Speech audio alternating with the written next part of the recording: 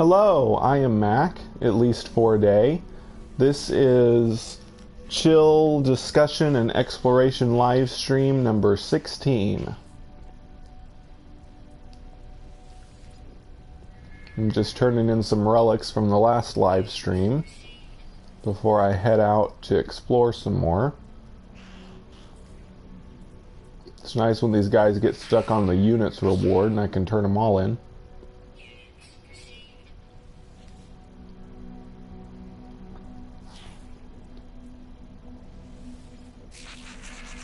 Ha ha ha ha.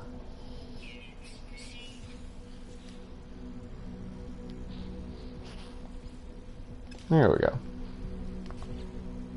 I need like 60 million units, I think, to get a bigger hauler, I think. I think the last I checked, a bigger hauler costs like 60 million units, so I'm at 20-some million units right now, 25 million units, so not quite halfway there, but I would make units a lot faster if I was going back to my base a lot and gardening, but right now I'm just on an exploring kick, so it's just whatever money I get from exploring, which isn't too bad, but it's not as good as if I was farming constantly. But it's more fun, in my opinion. Sitting around just farming gets boring. I mean, I could like, I don't have a farm in my freighter base. If I made a farm in both my freighter base and my planet base, I could, you know, switch between the two, and by the time I've harvested both of them, the first one I harvested would be about ready. But I don't feel like just farming constantly. I'm not really about making money right now. Hey, New Math. But like I said, I do want a bigger hauler for carrying stuff, but currently it's not a huge priority. Trying to find a spot that's not close to the other geobays I've built. I believe I've built 4, hopefully. So I can build 1 more. You're only allowed to build 5 geobays, I found out on the last planet, so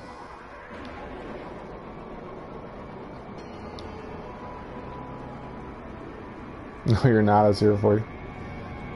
I guess he was the first to comment.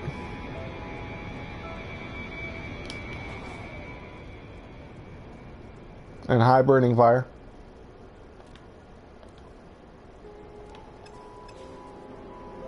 Here we go, Heridium. I'm gonna get a little more Heridium. If I can land. Get the Antrium, and then build a Geobay.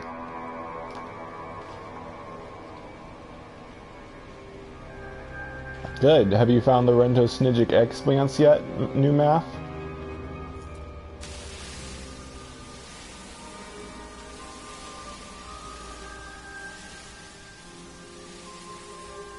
Ooh, you know, my multi-tool is not too bad. It mines pretty fast.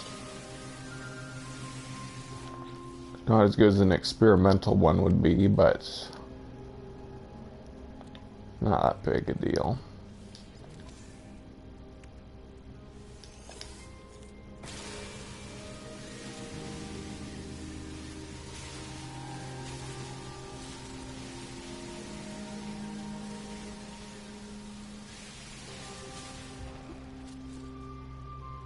Oh, okay. So you still got a little ways to go.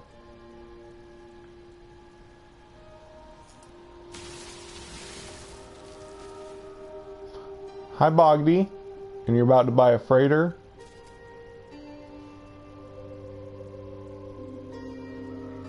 What? Today I buy my first freighter, but there is a problem. I cannot move things directly to him. And indeed, to go there and talk, yeah, that's how freighter storage works. And honestly, that's the freighter storage is the least useful thing about freighters. The big thing you want for freighters is the base you can build inside it, and you can now own multiple starships. If you buy more starships inside your freighter, you can choose to have additional starships instead of trading in your current one.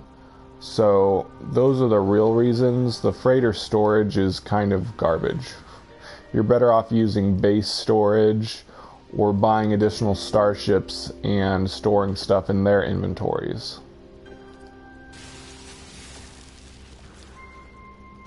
So yeah, there is a problem with freighter storage. It's not very good. But thankfully it's not the only good thing about freighters. Oh, come on. Get me to a larger... or not. I probably just blew up all the Antrium.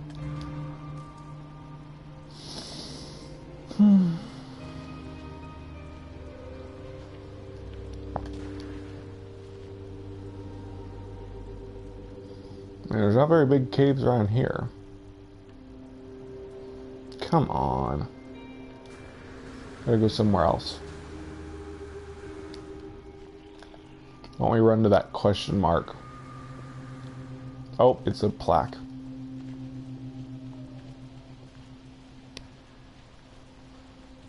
You're welcome. I hope it helps. And hopefully they'll make freighter storage a little better in the future. Or they'll add tech that we can build in the freighter storage so that it's more useful for something else. Yep. Like I said, use the local mode button on the Pilgrim Star app, and it gives you a close-up so that you can see where it is a little easier. Also make sure you're at the right height. It also will tell you how many areas above or below the hub you are, so you might need to go up or down.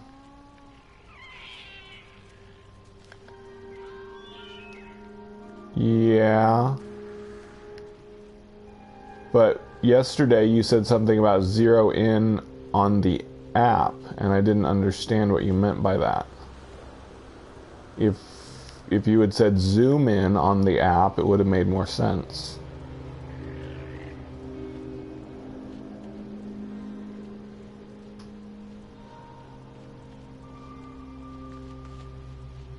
Ooh, a monolith. Nice. That's what I'm after. Lucky. Now if I could just find Antrium. Okay.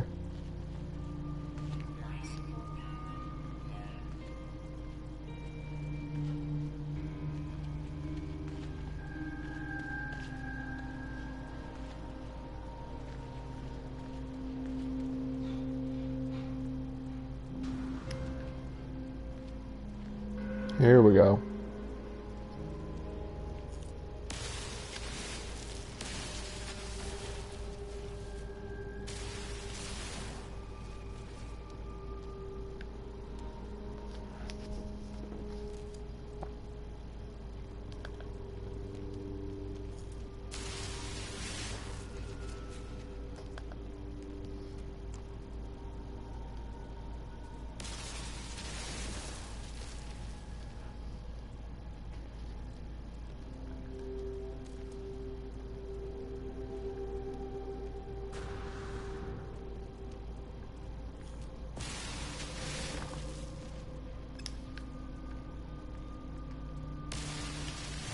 There we go.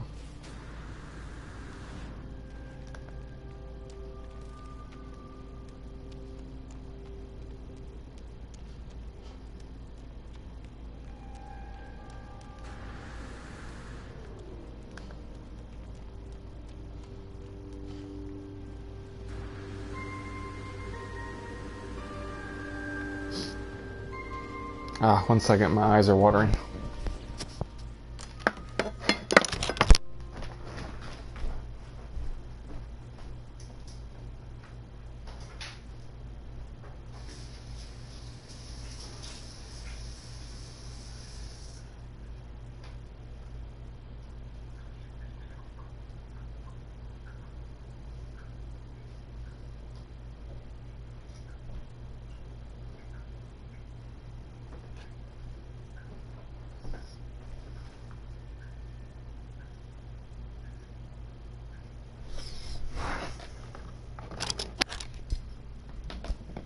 I'm back.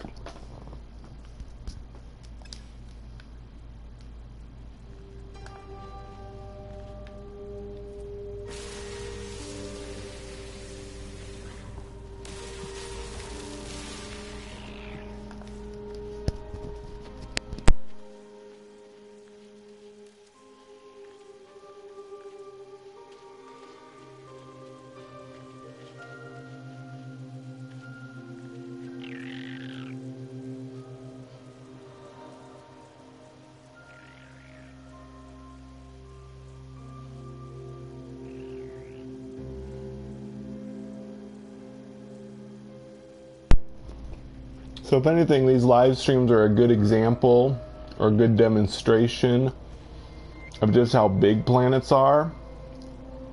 Because as you can see, I built 4 geobays already and explored the areas around those geobays. And using the vehicle, I drove really far.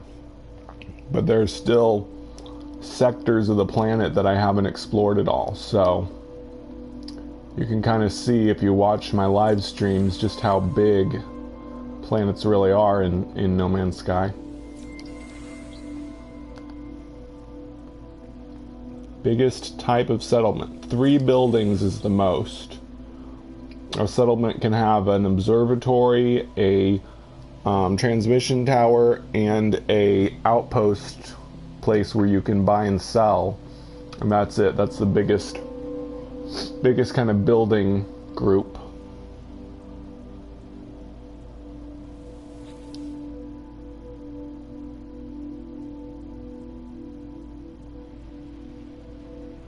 Garnering? I'm not sure what you're saying, Burning Fire. I agree with you though. Garnering. Oh, gardening? Yeah, gardening does get boring. That is why I've been test to see if I go around my whole planet in a giant circle. Yep. I definitely enjoy planet exploring because you can make quite a bit of money collecting all the loot from treasure chests and whatnot. What? It says they were appeased, but it didn't do the success animation. Like I just said, New Math, the thing that I call villages are just these spots that have 3 buildings at them. That's the biggest they get. It would be nice if they added something a little bigger, or maybe larger ruins or something, but currently it's not what they have done. Yep, I see what you're saying now. Burning Fire. Oh yeah, I haven't built the geobay yet. Okay, I'm gonna see if it's possible to build a geobay. Oh no. Wait. I think I do everything with me. Let's see. Well, oh nice. It'll let me build a geobay on a monolith. I'm gonna do this. This is kind of cool. Check it out. You can build a geobay on a monolith. That's funny.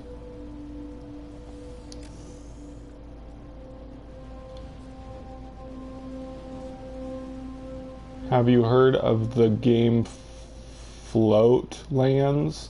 It's a very interesting game coming out. It kind of reminds me of Minecraft and No Man's Sky.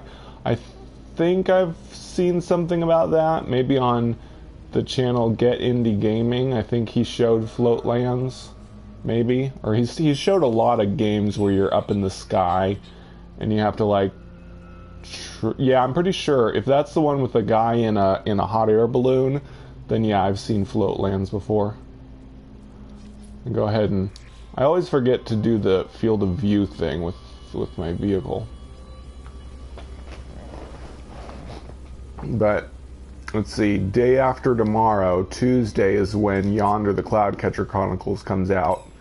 So that's something I'm going to be playing. And I don't know, I might consider doing some videos on it, but only if I really, really like it and I want more people to play it.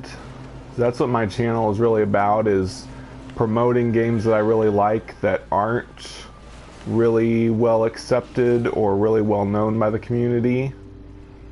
So that's why I've been promoting No Man's Sky, because I really like No Man's Sky and I really want other people to like it. So that's why I do this channel. But I mean, if, hypothetically, if Yonder was like a really good game that I really enjoyed and I wanted more people to play it, then I might do videos on it, but I'm not going to be like a Let's Player that just tries out games for the first time and just to see whether a game is good or not. That's not really what I'm interested in doing. Plus, I can't really afford to be buying a whole bunch of different games. But if I get a game that I want to promote, then I might consider doing videos on another game. Not that anybody asked for me to explain all this, but I guess it was just what was in my head. Where do the NPCs live? We see where they work. We don't know, New Math. The NPCs are basically just vending machines that just sit there. They don't do anything but spit out text puzzles that give you a reward. So we really don't know anything else about how they sleep or eat or live or anything, other than the flavor text that they talk about. It's a survival game, yeah. It's the game that has the hot air balloon. Okay, that sounds cool. Yep, I'm mainly into indie games. I think I'm gonna stop getting mainstream games. Like, I think Elite Dangerous, which I already deleted because I didn't like it. I think Elite Dangerous may be the last mainstream game I ever buy. I'm gonna try to only buy indie games from now on, because I'm tired of getting a big, expensive game and then it being something I didn't even want to play, and then having to just delete it and eat the money that I spent on it. So I think I'm only going to be doing indie games from now on. No Man's Sky is an indie game, and so is Yonder. Invisible Barrier Defensive. I guess it would be hazard protection, yeah.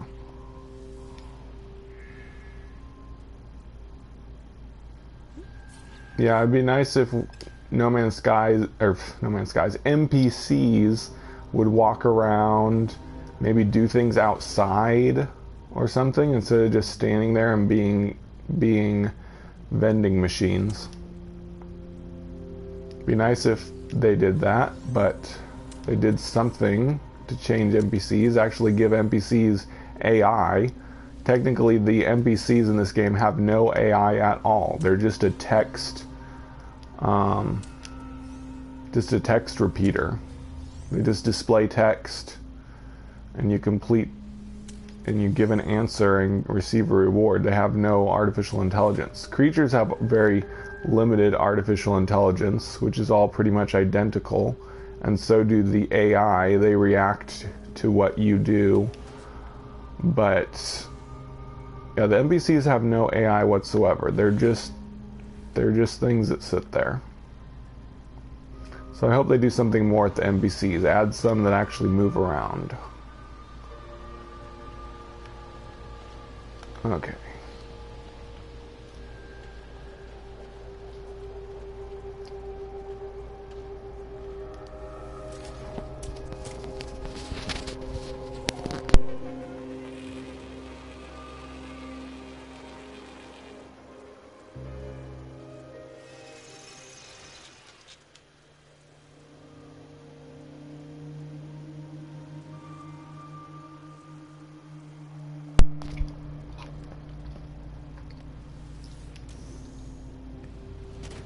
Oops.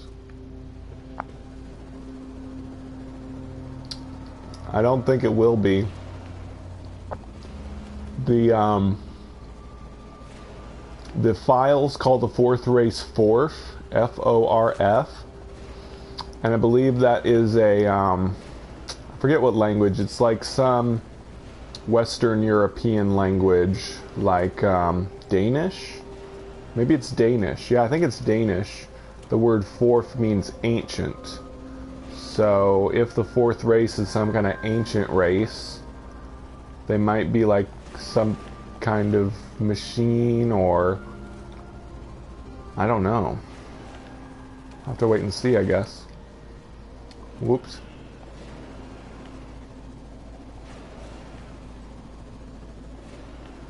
No. Harvest Moon was kind of a mainstream game because it had lots of sequels. And Natsume really was sort of a bigger company, I think. So I definitely wouldn't call Harvest Moon a indie game.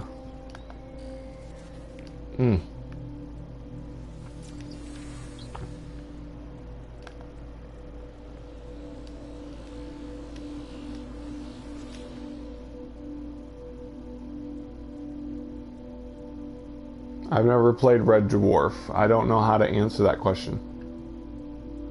Hi, Dirty Boy.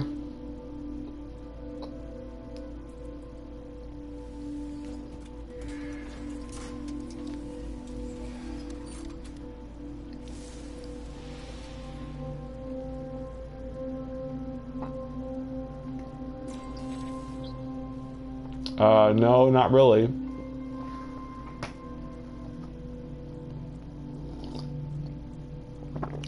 But yes, throughout my life, there have been games that I obsessed with.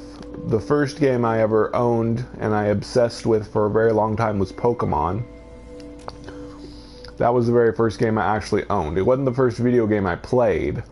Before I got that, I just played video games at my friends' houses and stuff. Or at like the store where they had demo where you could play video games and stuff. But it wasn't until my mom made an agreement with me that if I bought a game, she would buy a Game Boy for me to play it with. So I bought Pokemon and she bought the Game Boy. So that was my first game, and I just played that game obsessively. One reason because it was the only game I had, and the other was because Pokemon had a lot of replayability. You could play it over and over with different Pokemon. It would be a little different. So I just played Pokemon over and over and over. In fact, I believe I started the game with pretty much every type of Pokemon. I eventually bought another Game Boy. Back then you would connect your Game Boys together and you could trade Pokemon between the games. And so what I would do is I would start a new game on one game cartridge. Like I got both Pokemon Red and Blue. So I would start a game on one game cartridge, and then I would trade Pokemon to the new game so that I could play the game with different Pokemon every time. So I played the game. I always had like 4 Pokemon. I didn't like to do 6 Pokemon because they leveled up too slowly. So I always had 4 Pokemon, and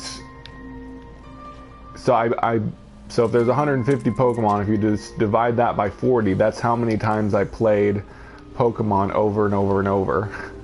Because I started the game with almost every type of Pokemon.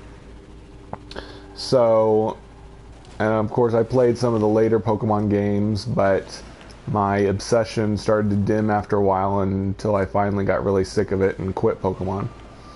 Then, let me think. Really, there wasn't another game that I seriously obsessed over until I played my first MMO, which was Final Fantasy XI, which was the first Final Fantasy MMO. And I played that for a year or a little over a year. I played it in college, and then when I got out of college, I got a new system so that I could play it more easily. And then I obsessed over Final Fantasy XI for about a year before I finally got sick of that. And about that time, I was kind of going through a transition in my life. I was an adult by then. I was going through some transitions in my life, and I couldn't afford internet. And so I had to kind of stop playing. Well, I stopped playing on the internet because I couldn't afford to pay for internet. And I kind of like moved in with my grandpa and bounced around from living with different family members. And it was during that time that I got my first Elder Scrolls game, which was not Skyrim. It was the one before Skyrim, Elder Scrolls. And I'm sorry I'm ignoring the chat. I'm kind of on a tangent right now because somebody asked me about what games I've played. I'll try to read your chat in a little bit, but I want to continue with this thought thread. Hi, Father Mac. So I played Elder Scrolls 4 Oblivion, and I really liked that game. I really got into it, explored everywhere in the game world. That was like the first time I played a really, truly open world game. Final Fantasy XI wasn't exactly open world. It had like broken up sections that you had to go through, zones. But Elder Scrolls 4 Oblivion was the first open world game I ever played. And I obsessed with that for quite a while, but it wasn't online, and I had all the DLCs already, because when I bought it, it was already the Game of the Year edition, and it had 2 DLCs in it. So I played, made a lot of different characters, played all the DLC content until I was finally, you know, had completed pretty much all the quests and finished with that game. And then soon after that, Skyrim came out. Skyrim came out because Elder Scrolls 4 had already been out a long time when I first got it. So Skyrim came out, I got that, and I obsessed over that like so many other people. And I really got into Skyrim. I made like 10 plus characters, went through the game over and over and over, and finally got sick of it after all of the DLC came out for it. And of course, in the Skyrim package for the CD, it gave a little teaser that Elder Scrolls Online was coming, and that really excited me because I had played MMOs in the past, Final Fantasy XI, like I said, but then I had really gotten obsessed with Elder Scrolls games, and so the idea of an Elder Scrolls MMO was like huge for me. I was like, oh, I gotta play that. That's like the perfect combination, Elder Scrolls and MMO together. That would be the perfect game. So I waited, I played some other games, waiting for Elder Scrolls Online to come out. What do I need to do? I'm just going to show mercy. Yeah, well, it's not ESO 6, it'd be just Elder Scrolls 6. But, so finally, it looked like Elder Scrolls was going to come out for PlayStation 4. And I didn't have a PlayStation 4. So I got a PlayStation 4, and I kind of made the mistake of pre-ordering Elder Scrolls Online, because they ended up postponing the PlayStation release for a year. At first they said it was going to be postponed for 6 months, and I was really upset about that.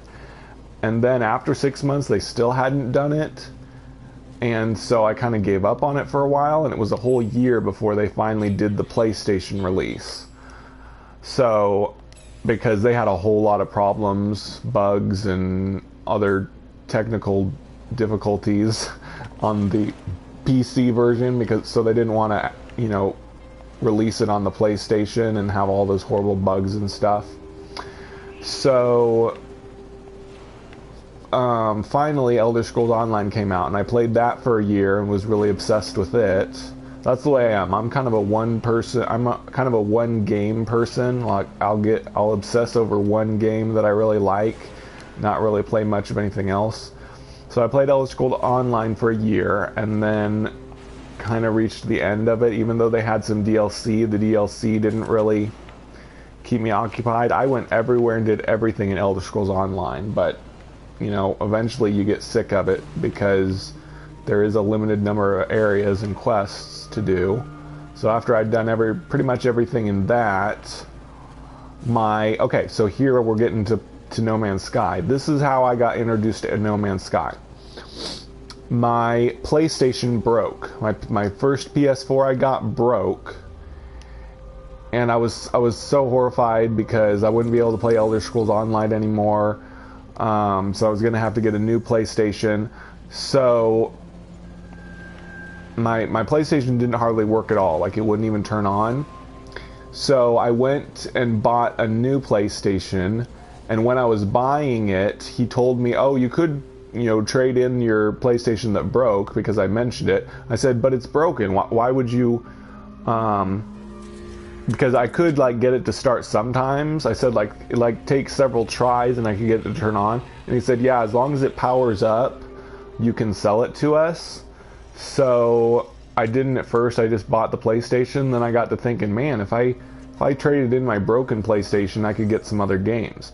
So I traded in my old broken PlayStation, and I had enough money, and I had kind of heard about No Man's Sky. I had been playing this other spacing game, and somebody left a comment about the space game saying that it was better than No Man's Sky. So I was like, what's No Man's Sky? And I kind of looked up the trailer for it on PlayStation Store, you know, the trailer with the rhino and the Diplo and all that. And I was like, oh, that doesn't look too good. I mean, what would you even do in that game? I didn't really understand what kind of game it was. But so anyway, when I sold my PlayStation, I got like $100 from it. I bought some other game, some dumb game that I didn't end up liking, but I also thought, oh, I'll just go ahead and try No Man's Sky. And so I bought it. It was like the end of August, and at the time I didn't know that No Man's Sky had just come out. So I bought No Man's Sky, and the guy that sold it to me, when I told him I was going to get No Man's Sky, he just like went totally silent. Like, he didn't want to tell me that there was a lot of backlash and a lot of people that didn't like the game, so he just like bit his tongue, didn't say anything else to me.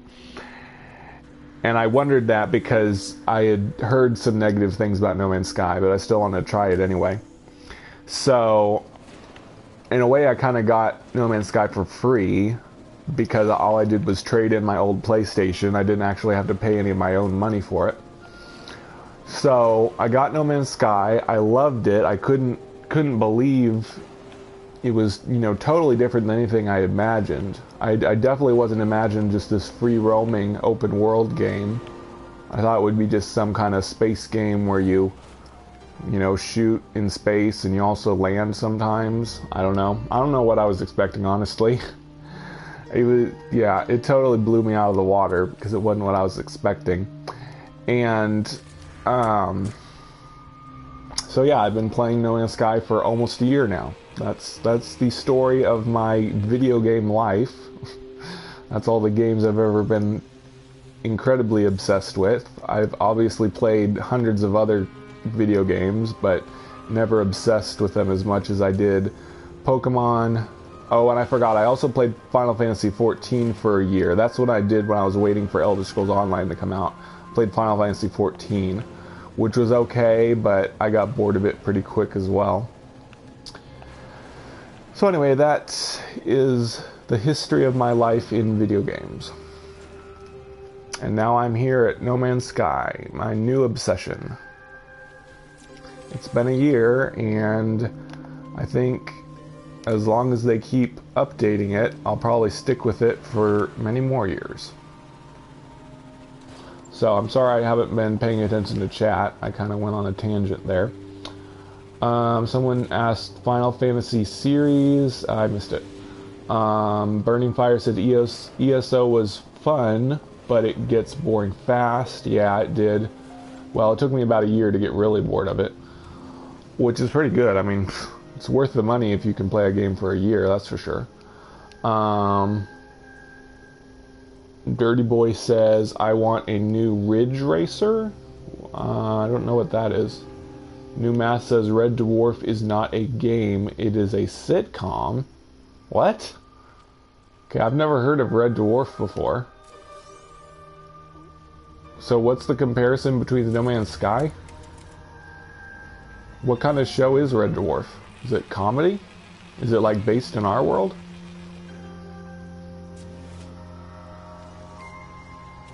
It's an odd name. Is it like a space sitcom? Because Red Dwarf is like a type of star, isn't it?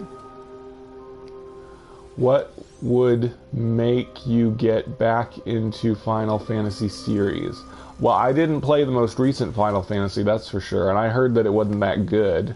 It had some open world exploring, but then the end of the game was like all linear, which I don't like. Red Dwarf is a British comedy, okay.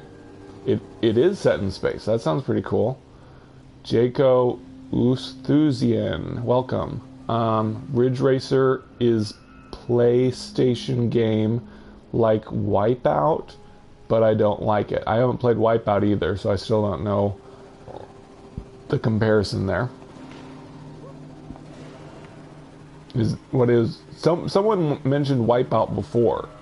what is Wipeout? I think someone explained it, but I forgot. Is it like a surfing game?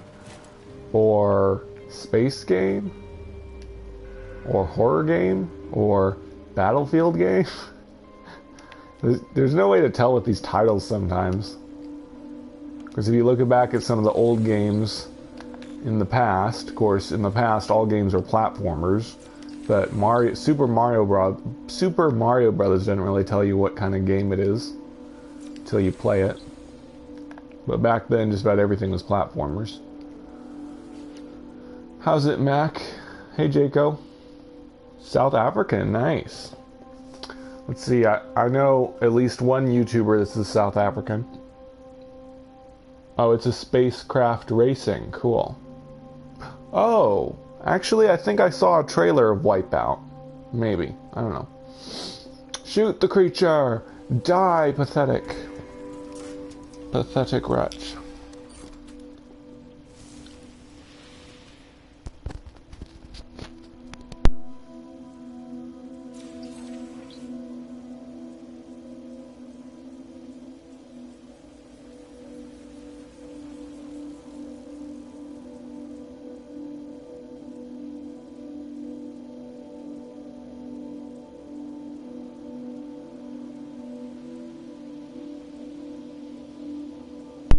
Yep, now that you've described it, I think I have seen a video somewhere about Wipeout. Kind of reminds me of Final Fantasy 13 when they reappear in their world in the middle of a race, and it's basically like that kind of racing, unless I'm mistaken. But going back to somebody that asked about Final Fantasy, like I said, I didn't play the most recent Final Fantasy game, and I'm glad I didn't because it supposedly wasn't the best. And honestly, I think I'm done. Like I said, I'm done with mainstream games. Final Fantasy is a mainstream game. I'm just gonna play indie games from now on. Number one, they're cheaper, and number two, they can sometimes be more enjoyable than mainstream games. So, indie games are kind of a win-win.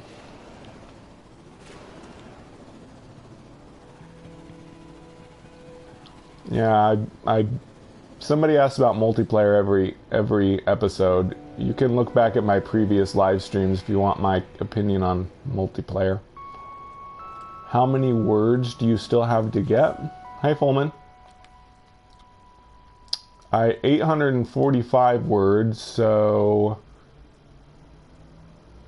only about 300 some words left. Wow, I'm getting pretty close.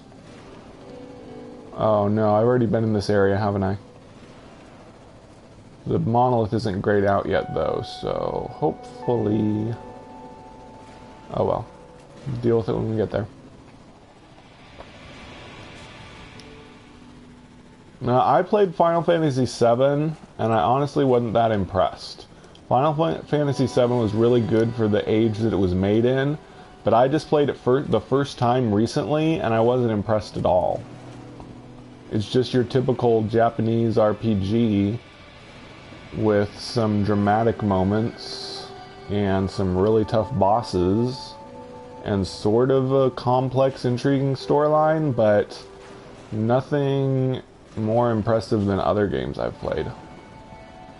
So Final Fantasy VII is just one of those things where it was really impressive for the era that it was in, but since then there's been so many copycats and similar type games that it just didn't stand out to me.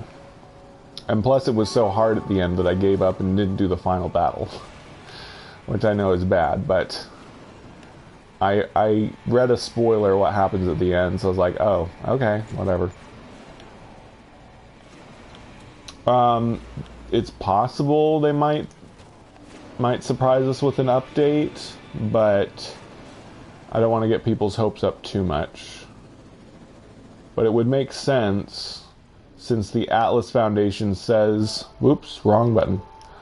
The Atlas Foundation says that it is a... that it's research or like trying to discover the secrets of our reality using simulated worlds.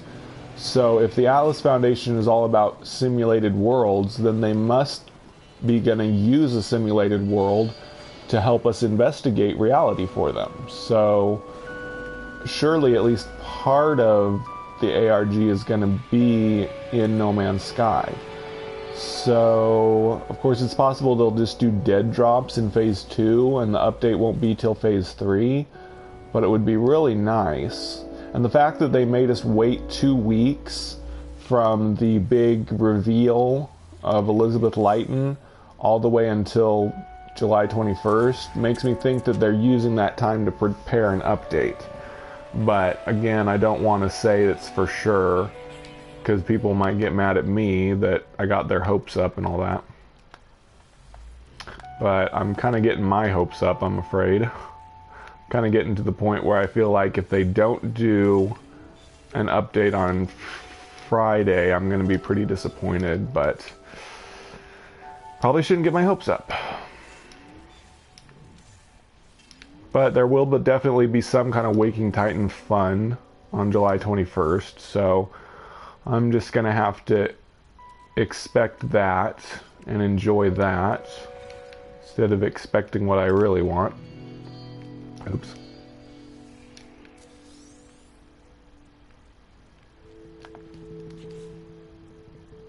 Yep, maybe we'll have to find Emily. That is a possibility, all right.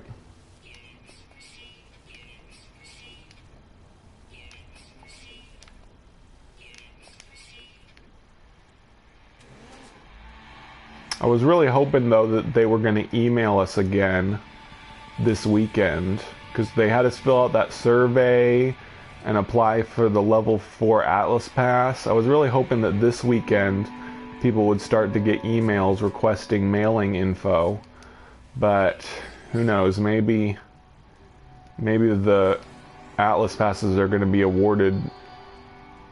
I don't know, you'd think they'd give them out before the beginning of Phase 2, but who knows.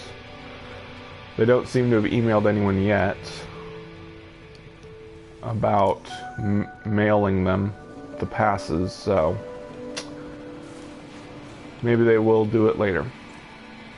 Yep, we've just gotten the surveys, but after you fill out the survey, they never tell you anything else. They never email you again, so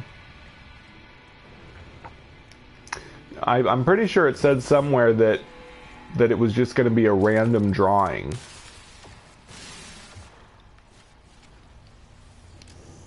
I could be wrong, but I think it said somewhere that it's just a random drawing for the passes. I don't know. I mean, I hope they wouldn't make it based on what you answer on that survey. That wouldn't be very fair. Like, you have to submit to the singularity or have to believe that a simulation can be more complex than the world it was built in or something. That wouldn't be very fair to make trick questions that determine whether or not you get the pass. I would think they would just make it a random drawing. Yeah, I really don't think they would make the survey answers hinge on whether or not you get the pass. I think the survey was just kind of some neat foreshadowing for the ARG, because it talks about the singularity, which is it's a super intelligent AI. It's like a theoretical super intelligent AI that humans could make, and they're kind of implying that is what the ARG is going to be about, some super intelligent AI that is going to be built or already has been built.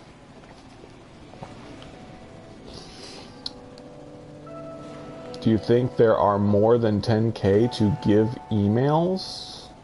What? Oh, are you asking, do I think more than 10,000 people have done the survey? Because I'm of the opinion that a lot more than 10,000 have done it.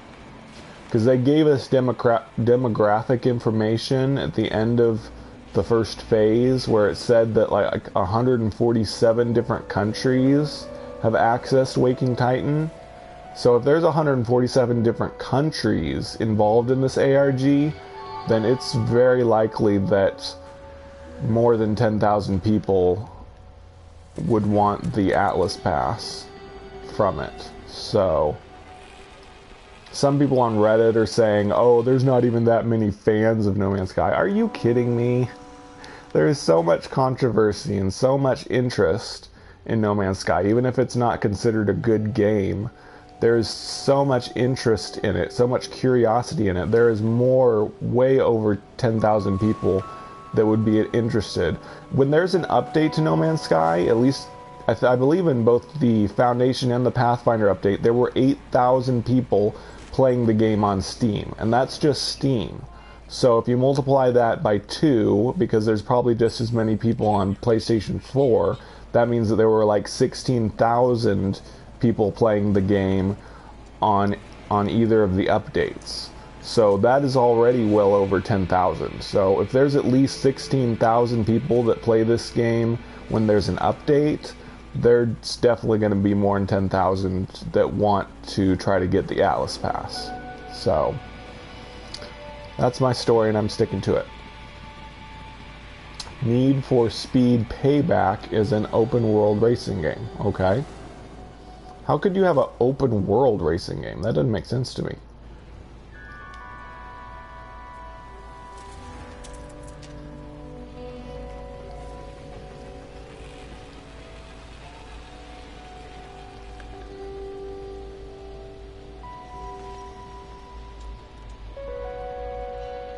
How can you have a racing game in an open world? Don't you kind of have to have a track in order to race in an open world? In order to race, don't you have to have a track or something?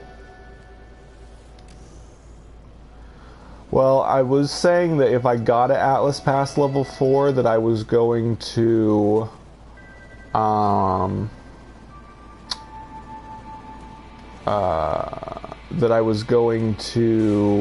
get a PlayStation camera and do a unboxing, but unfortunately I just got my last paycheck for the summer and it wasn't very much, and I really don't have much money right now, so I really can't afford to get a PlayStation camera right now. So if I got the Atlas Pass, I'd probably just have to read off what it says rather than doing an unboxing video where you can see it.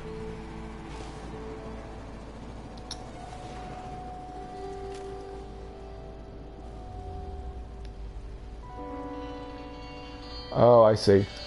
So kind of like Grand Theft Auto, where there's certain spots on the map that you can do a racing game. I get it. That sounds cool.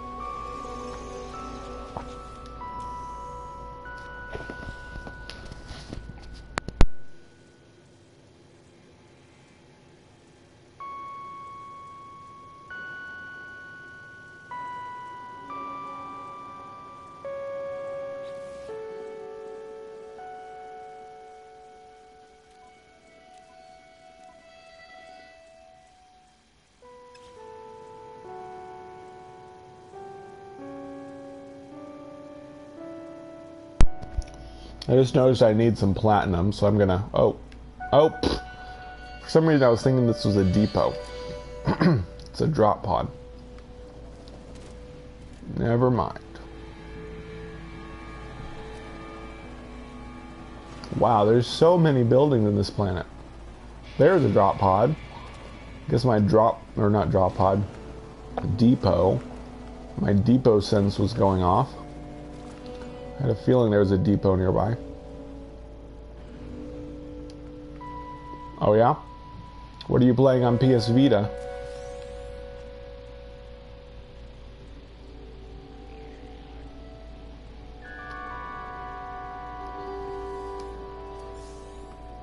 I think you can play Hello Games' first game, Joe Danger, on PS Vita. I think so, anyway.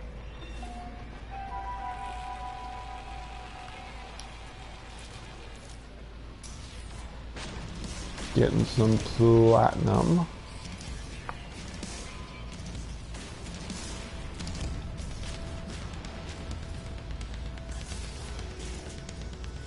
There we go.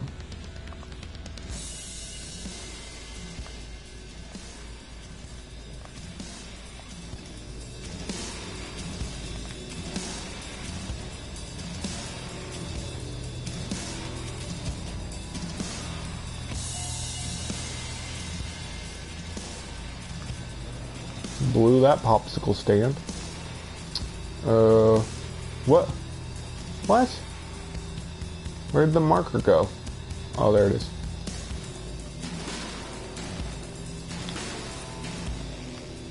Probably need some thallium.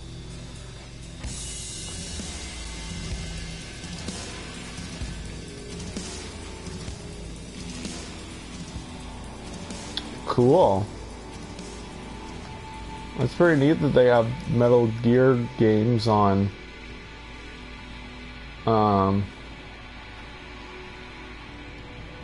PS Vita.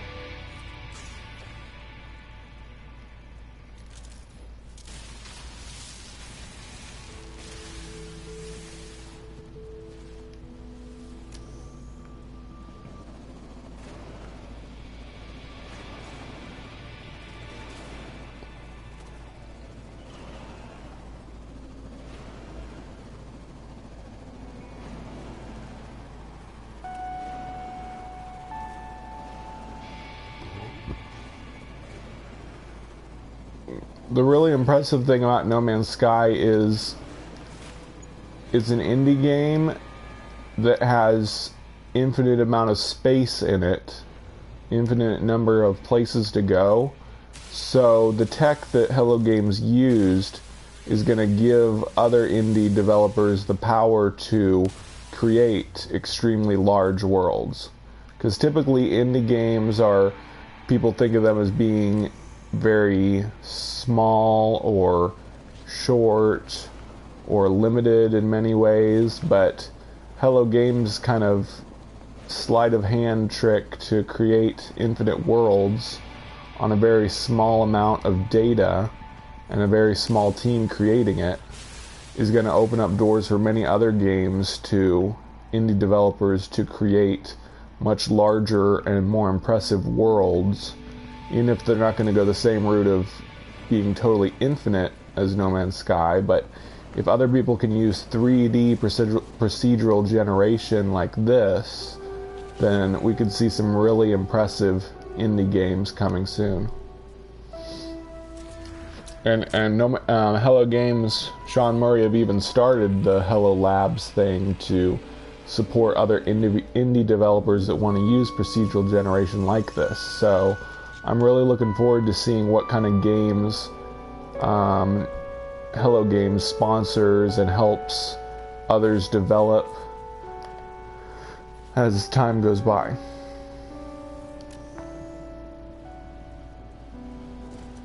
I'm talking about effectively infinite, meaning that the human race would never be able to explore all of it.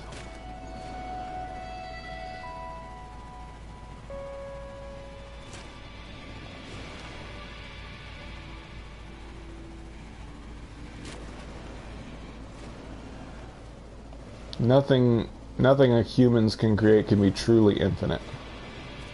But 18 quintillion is enough that the human race would die before we could explore all of it. Even if it's not totally filled with different stuff. It's all kind of samey. But I'm talking about like the size of planets. Planets are so big. If an indie developer just made one planet the size of a No Man's Sky planet and filled it with interesting stuff, can you imagine how big of a game that would be? Because really, if one planet in No Man's Sky was filled with quests and locations and buildings and stuff, that would be all one huge game that you could explore. It would be a round world. Very few video games use a spherical planet that you can actually go all the way around. Most of them use big maps that eventually you run into an invisible wall, like Skyrim or Horizon Zero Dawn. Those worlds are really big, but they're not an entire planet. You can't go all the way around them. So imagine if indie developers start to make games where like every game is a whole planet and you can explore the entire planet all the way around. That would just blow my mind. You wouldn't need it to be truly infinite. You could just have one planet that the whole storyline takes place on. I mean, why not? I mean, we're on a planet. Every video game should be on a planet, not just a big, huge plane. A big, huge area with invisible walls on the edges. It doesn't even have to be a space game. Every game could be based on a planet, and you just explore the entire planet. I haven't played Star Citizen. I've seen videos of it, and it didn't impress me too much. Probably because I'm biased and I love No Man's Sky. And I don't think Star Citizen's going to come out on PlayStation, so I'm not going to get it. Even if I wanted to. Won't be able to. The Gek word for die.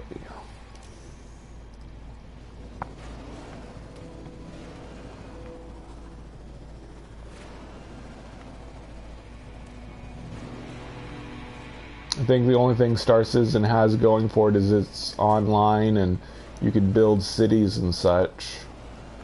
But other than that, it doesn't seem much better than No Man's Sky.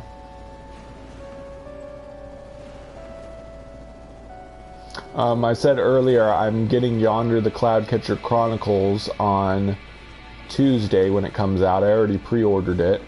But other than that, there's two other games that I really want when they finally come out on PlayStation 4, and both of them are slated to come out on PlayStation 4. Boundless, which has been in pre-alpha for ages on Steam. It's basically Minecraft in space. There's like different planets you can go to and you can build stuff just like in Minecraft. And then there's Dreams, which is it's made by the same people who made Little Big Planet, and if you're not familiar with that, Little Big Planet is a game that lets players create their own platforming games. And Dreams is going to be like the next generation. Instead of being platformers, Dreams is going to allow players to create 3D environments, make 3D games. So you're basically like forming each character like out of clay in some kind of editor, and you can create all the objects, and you can program creatures with behavior to like make enemies or allies or the character that you're playing as. So basically Dreams is a game creator game. It's gonna I'm sure it'll be really difficult to really learn all the controls to create everything, but once players start to learn how to use it, there's going to be tons of online 3D games available on Dreams, so I'm really excited about that. And I might not even make a lot myself. I might just play other player-created games. It's a real emergent gameplay kind of game. But it, too, has been in production for a long time, and well, actually, Dreams might finally come out this year. Media Molecule, the people making Dreams, is finally starting to tweet and say that they're getting close to finishing it, but there's still no release date. So those are the games that are kind of off in the distance for me, but there's nothing really soon other than Yonder and playing more No Man's Sky. But once Boundless and Dreams finally come out, I'll play those as well. Both of them are technically, well, I don't know if Boundless would be considered an indie game. I really don't know. It probably is, because it's been in pre-alpha for so long. It's probably an indie game. And I know Dreams is, because Media Molecule is definitely an indie company. But yeah, anyway. Jaco said, "Yep, I have LBP on PS4. What's LBP? Oh, Little Big Planet. Yep, I Well, I just deleted Little Big Planet 3. I kind of got tired of it. I'm not big on platformers, but I'm really interested in seeing 3D environments people can make. Dirty Boy says, when I press square to find my home star in Galaxy Map, it freaks out. Yep, I have gotten that glitch as well. It's very odd. I need to leave the abomination. Yeah, I know exactly what you're talking about, Dirty Boy. I got that glitch like twice. It's very rare, but it's pretty cool. It warps your cursor all the way to the galaxy center for some odd reason. But yeah, that's one of those odd little glitches that just happens occasionally. It'd be nice if it lets you skip to the galaxy center if it was that bad of a glitch. I've heard there is a glitch like that lets you skip through galaxies even on PlayStation. But anyway, onward.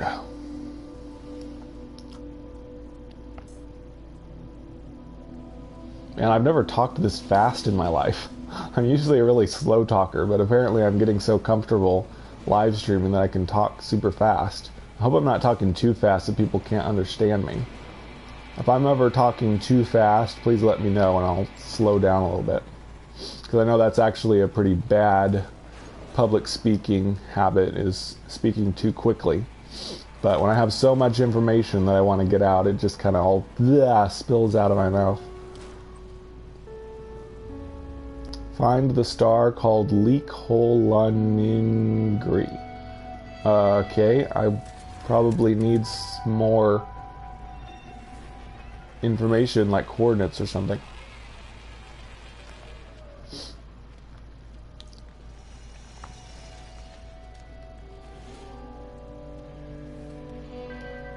No, this is not survival, this is normal mode.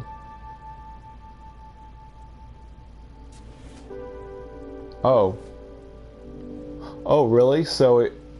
Oh, yeah. See, there's actually stars at the galaxy center. You just aren't supposed to be able to select them anymore.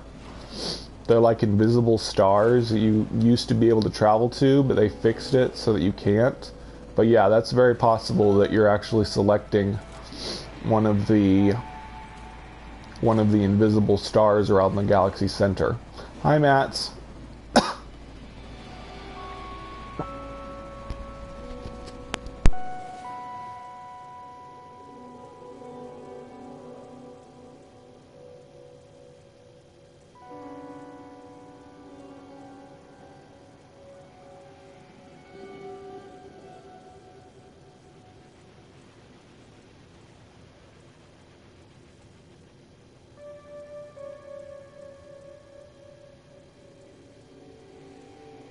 Yep, and it was actually because of that. It was because of the fact that you used to be able to select. I'm starting to get that glitch. You used to be able to select the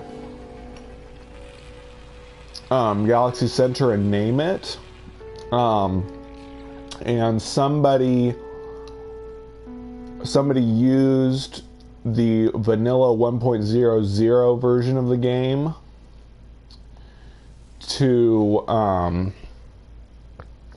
name it. If you go to the Galaxy Center is named by a guy named Styx or something like that, and his name is at every single Galaxy Center because he played the game in the vanilla version. Then he went online and uploaded the name to the servers, so he was able to name the Galaxy Center even though it's not possible to do that anymore. So that's why his name is stuck on the Galaxy Center now.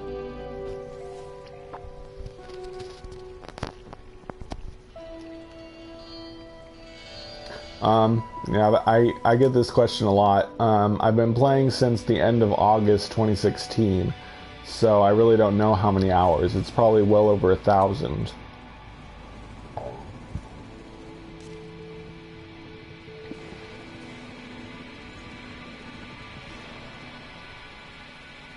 Interesting.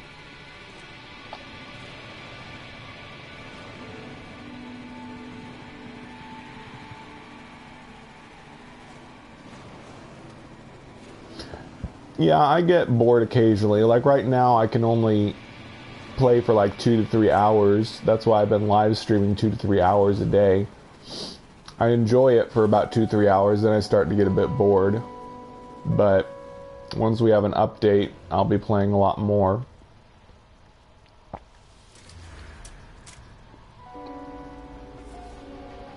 So yeah, before each update, I've gotten kind of bored and had to kind of take a break from the game or only play for a little bit every day.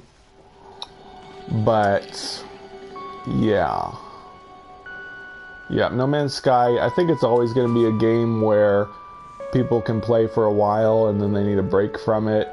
And as long as they keep updating it, people will keep coming back and playing it some more. Yeah, it's just how it is. It's such a big open world. You can spend hours and hours on it, but eventually you get tired of it.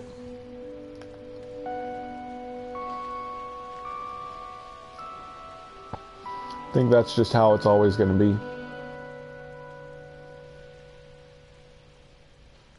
Oh, this is a transmission tower. Oh, goody. Vanilla, the 1.00 version before the day 1 patch came out. That's what I call vanilla. Other people refer to vanilla as unmodded, which of course you can't mod it on PlayStation 4. But when I say vanilla, I'm talking about before even the day 1 patch, when they added a bunch of stuff when the game came out. He wants oxide, okay.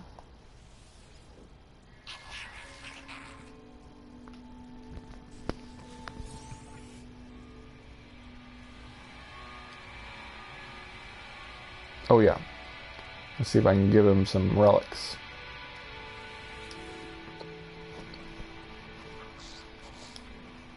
Yay.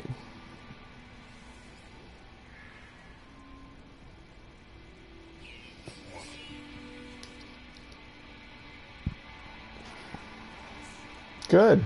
I'm glad.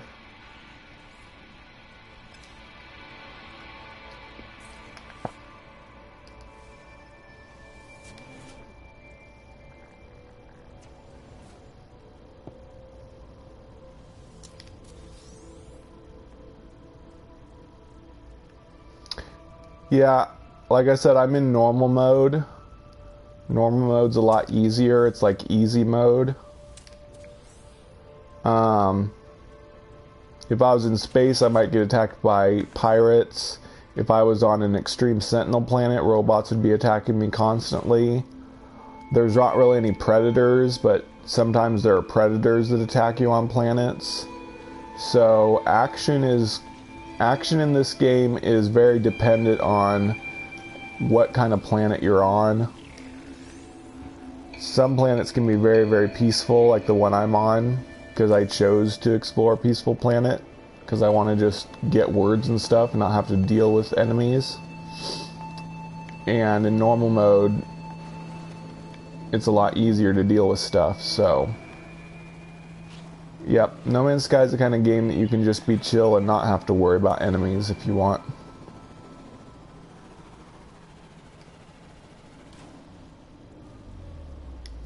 But in survival mode, you have to deal with health hazards and such more often. And a planet like this, in fact, this planet in survival mode would be an extreme sentinel planet, because all lush or tropical planets are extreme sentinel, meaning all the little robots would attack me on sight.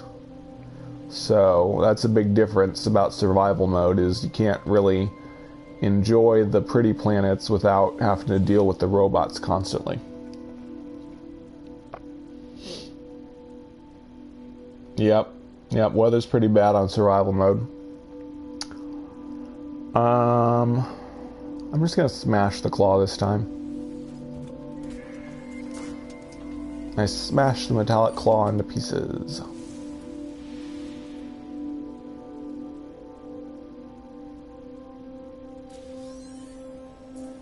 It hurt my Gex standing, I don't really care. Oh, please tell me. Oh, dang it. I didn't get an Atlas word. That's what I wanted. Darn it. Oh well. Stupid carrot sheet. I don't want that. Oh well. Guess I should have gotten some Heridium. Yeah, there was some right there. I could have just grabbed some Heridium. Oh well.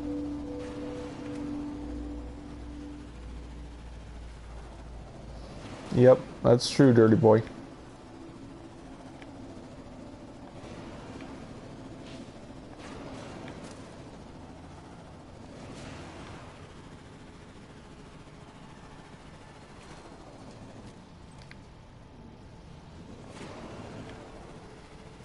Yeah, No Man's Sky, it really gives you freedom to concentrate on what you want.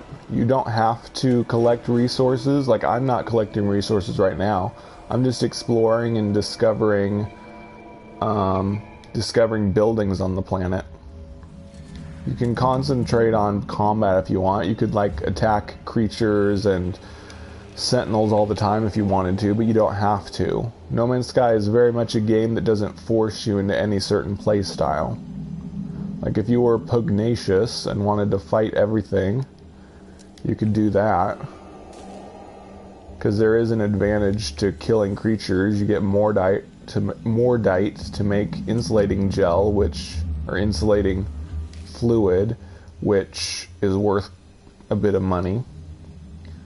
So if someone wanted to, they could go around killing everything.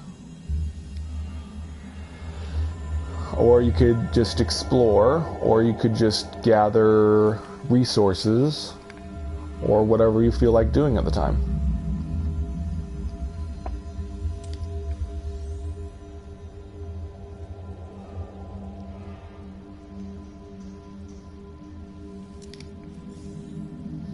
I don't think so, Jacko. I think it just tells you when you last saved. It doesn't. I don't believe it.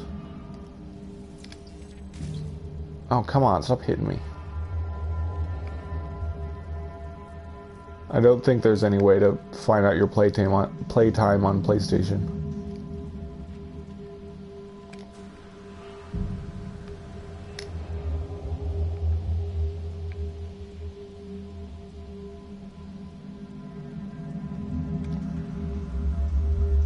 Sometimes I like to just jump on top of buildings for fun. Yep, so if you wanted to, you could just kill every creature you see and make a bunch of lubricant.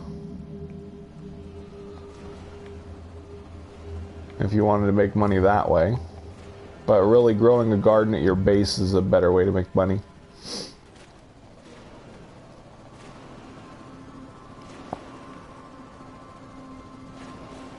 Yeah. Yeah, those plants can be life-threatening in survival and permadeath mode. I think I've been killed by them before. Like, I was running from sentinels attacking me, and then a plant hit me and killed me. When you do that, it says that you were killed by plant toxins. So apparently when the whip whips you, it like releases some kind of plant toxin, which is really what damages you. Yep, I agree, Fullman. That's the best way to make money, is to grow a garden like albumin pearls and nip nip.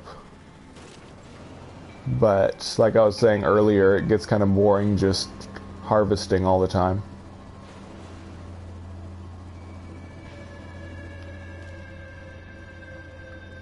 No, I haven't seen Firefly Serenity before. You'll have to put it on the you'll have to put it on the comments on a video for me, dirty boy. Because you put it here, I'm not gonna. So yeah, it's already off the comments, and I won't be able to go back and look at it.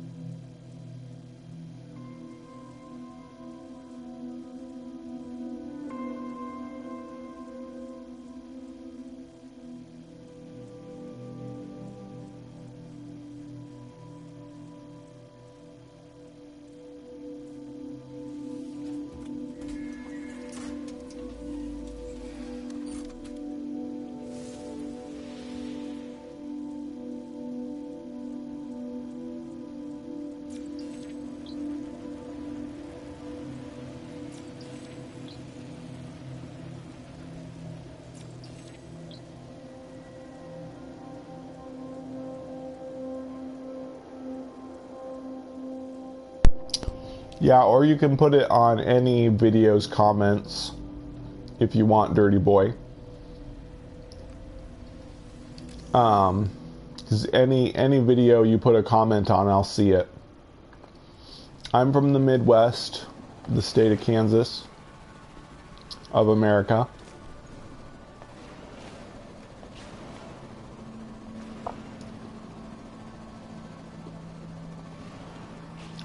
Whoops. Okay. Whoa.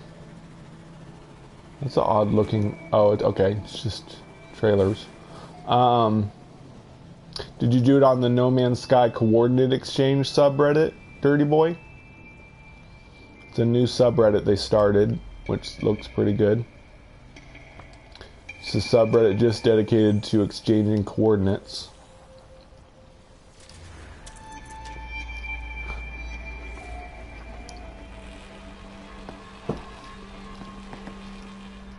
Good.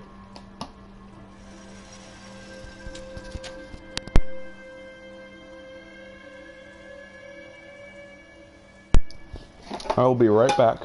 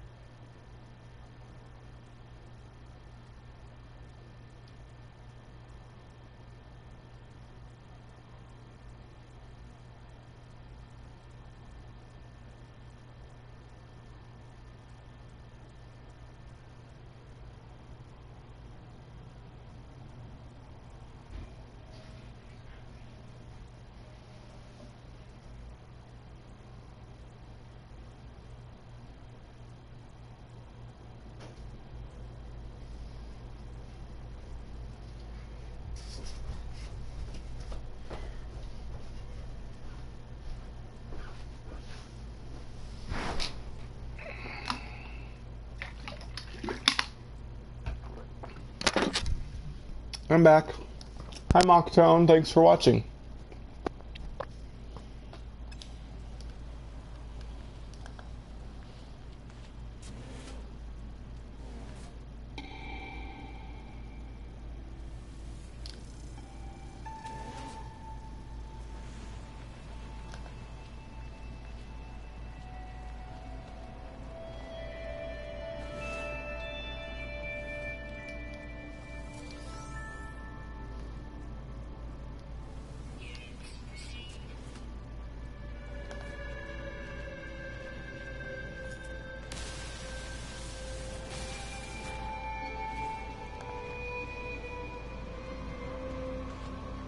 Yeah, me too. Like I said, I am getting my hopes up that we're gonna get something. Wait, did I not? That's weird. Apparently I forgot to find a new location to go to. Okay. Hopefully this will be a new monolith.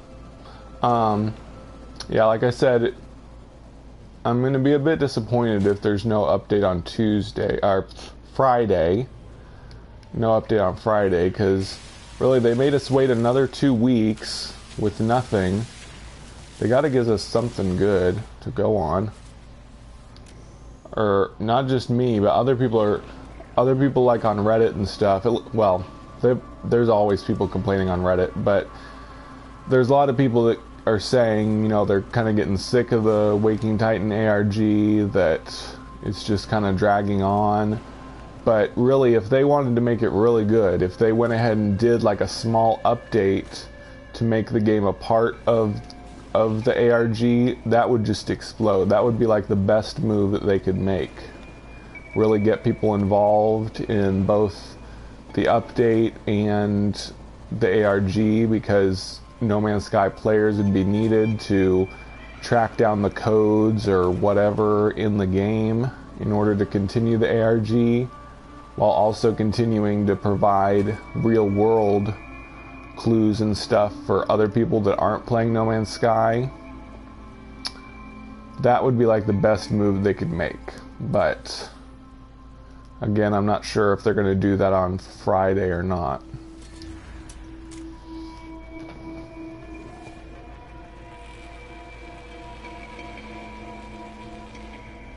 Weird, so my scan disappeared? That's never happened before.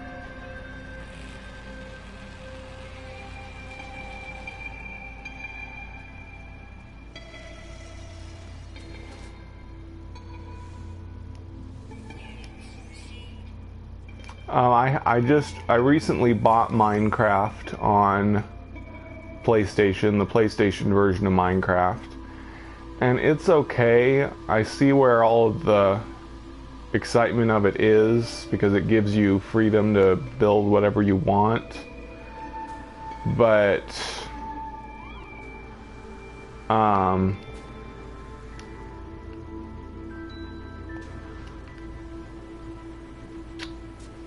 yeah. It's really not, it's not too interesting to me.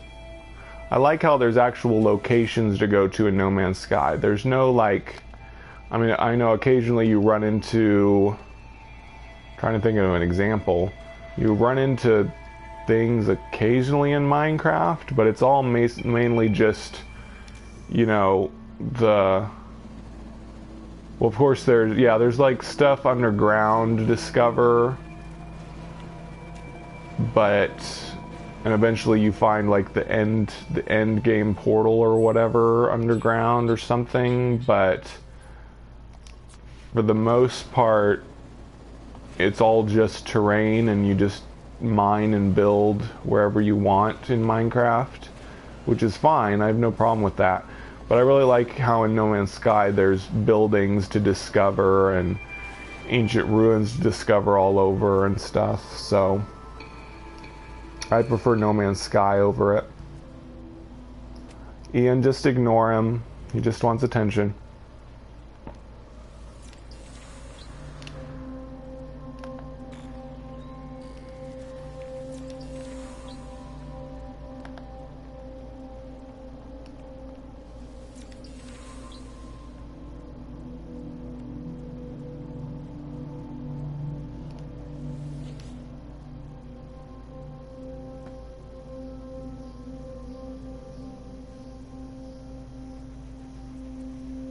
See.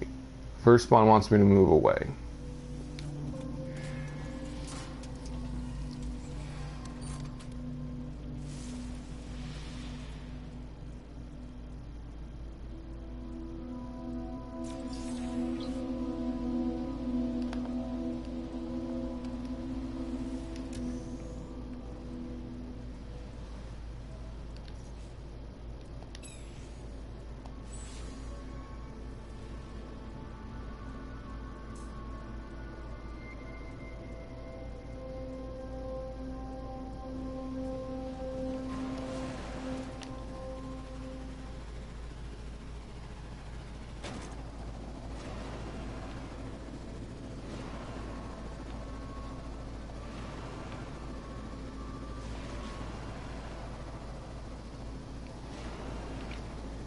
I can definitely see how in Minecraft it really took off when multiplayer was added.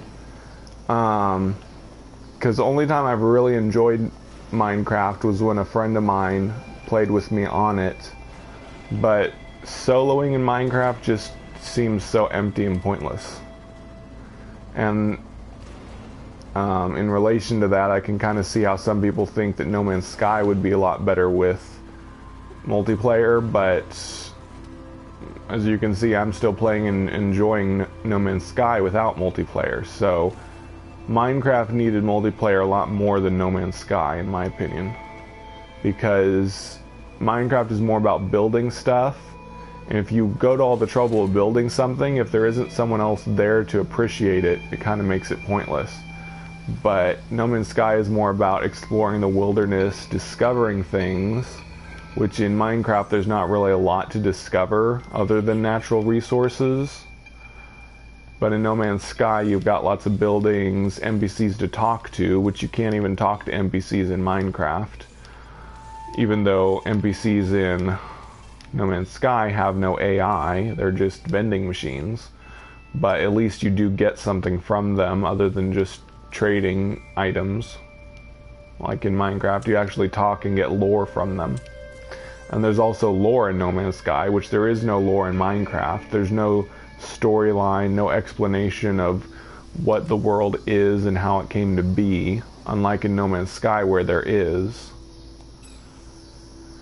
So, yeah, there's definitely differences, big differences between No Man's Sky and Minecraft.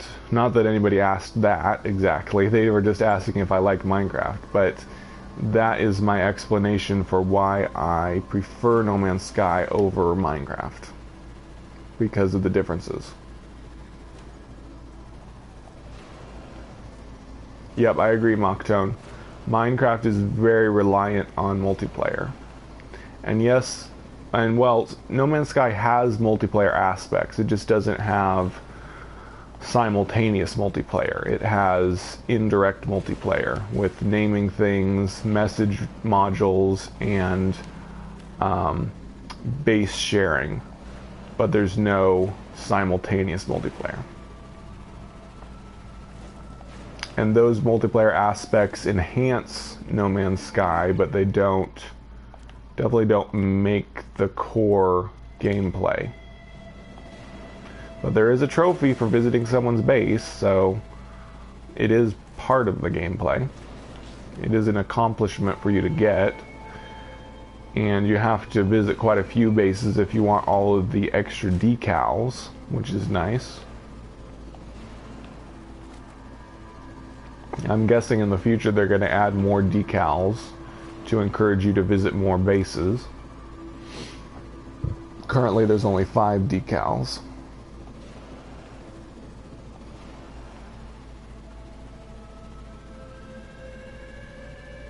Yeah, that's true. You can't really use photo mode. Although, I mean, as long as nothing hits you, you could pause your screen even though things in the world are still moving.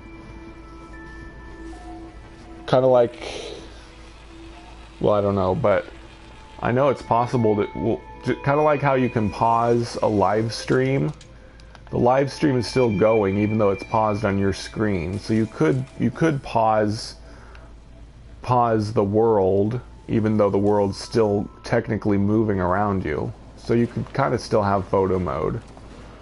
But yeah, you wouldn't be able to truly pause the game, because if something's about to attack you, it would like pull you out of photo mode, or you'd be taking damage and you'd be dead and you didn't realize it when you were in photo mode or something. So it wouldn't work too well.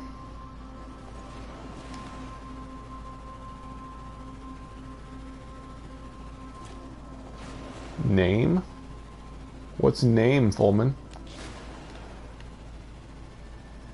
Oh, you're saying No Man's Sky has better graphics than Minecraft. Yeah. Whoa! Oh my gosh! What the? Whoa, this is a blast from the past. It's a rectangular shaped Heridium. See, before the Foundation update, all Heridium piles were rectangular like this. Of course, this isn't totally rectangular. It's just kind of one of those big resource piles. But man, seeing that was a blast from the past because all Heridium deposits used to be rectangular. Oh man, that was pretty cool. Isn't that weird? There's 3 Heridium piles all close together like this. Huh.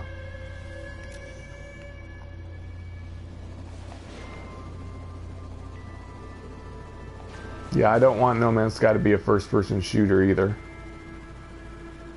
Sean Murray said that it was never going to be a PvP deathmatch thing, so we really don't have to worry about that ever happening.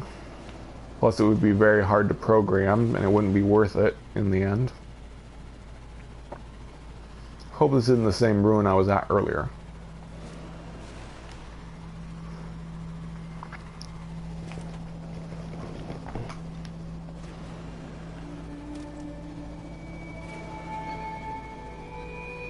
Good, it's a new one.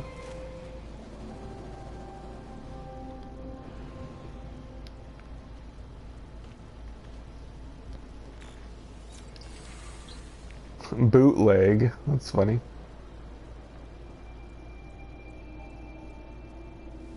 Hey, Fantasize.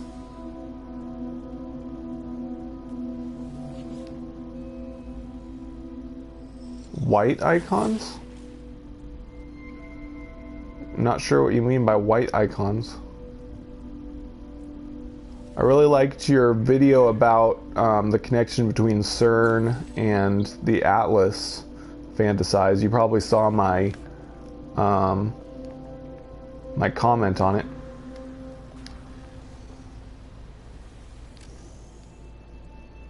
Oh, those are all geobays. The geobays that you summon your vehicle with.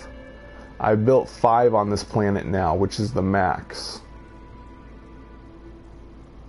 And there's also other icons that are buildings that I've been to or haven't been to yet. Cool.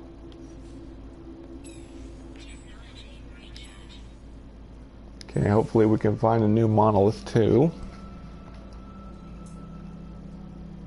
Oh, come on, don't take me backwards. This better not be one I've been to again.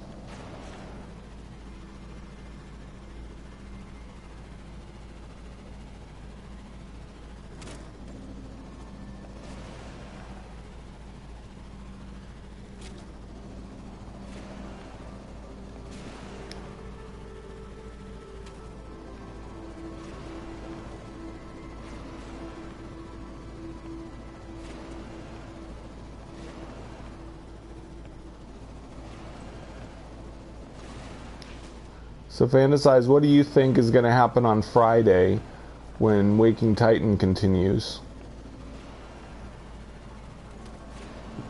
Do you think they're going to do something in-game involved with No Man's Sky? I really think that would be a good move for them. Because they pretty much admitted openly that No Man's Sky is connected to Waking Titan. So they really need to start including the game in the ARG, or it doesn't really make sense.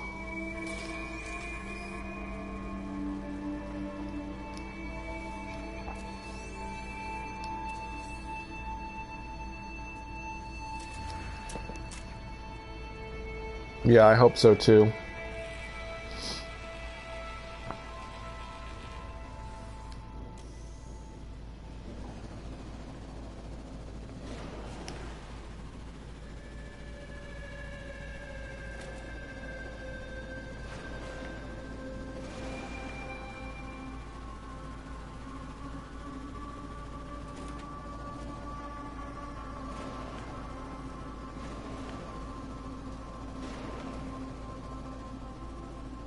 Oh, that's cool.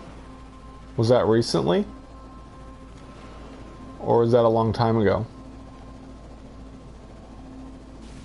Ooh, I hope they do something like that in No Man's Sky. That would be awesome. If there was some kind of enemy fleet that we all had to go help defeat or something.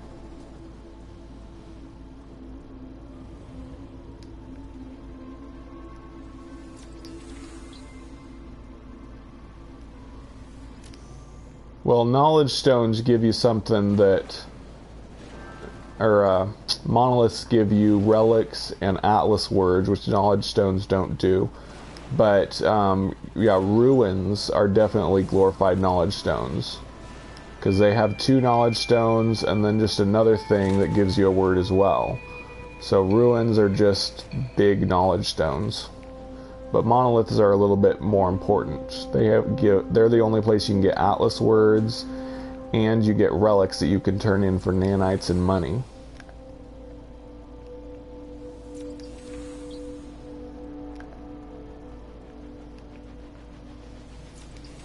Good and Plenty's? Oh, gross. Good and Plenty's is one candy that I do not like. Aren't they licorice flavored?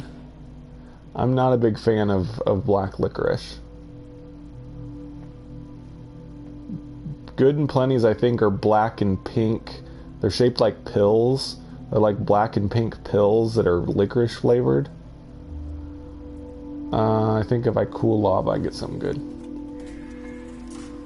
Yeah, I think they're black and pink. Oh, white and pink. You're right. They're black on. Aren't they black on the inside?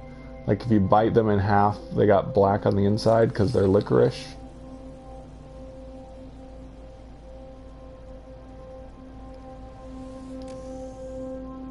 Yep. Yeah, there's lots of clickbait articles now, which is kind of good. We stopped having clickbait articles about No Man's Sky for a while since there was no info to go on, and it's actually pretty good that there's a bunch of clickbait. And by clickbait, I mean they don't have any real substance to them. All they do is just regurgitate info that other real news outlets have given out the information on.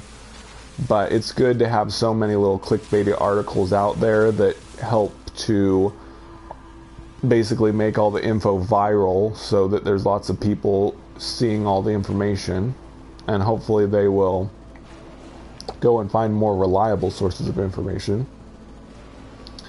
But it's actually really good for there to be lots of little articles about everything that's going on.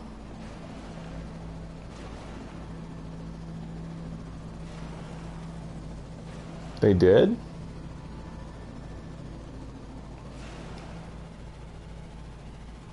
That's weird.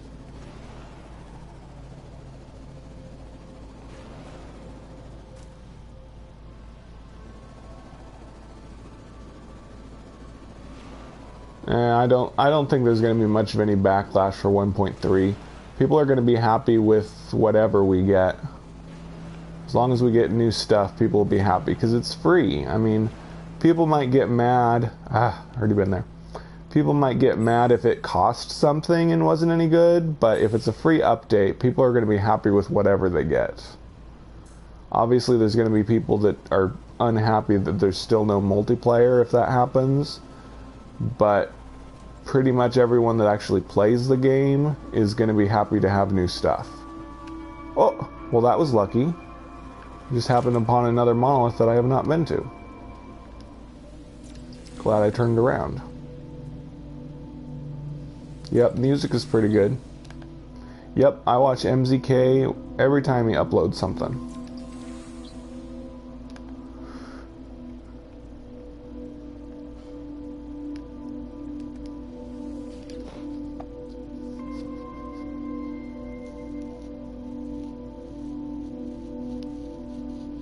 Yeah, but the question is, will the tech work with multiplayer or not? And how difficult is it going to be for them to implement multiplayer?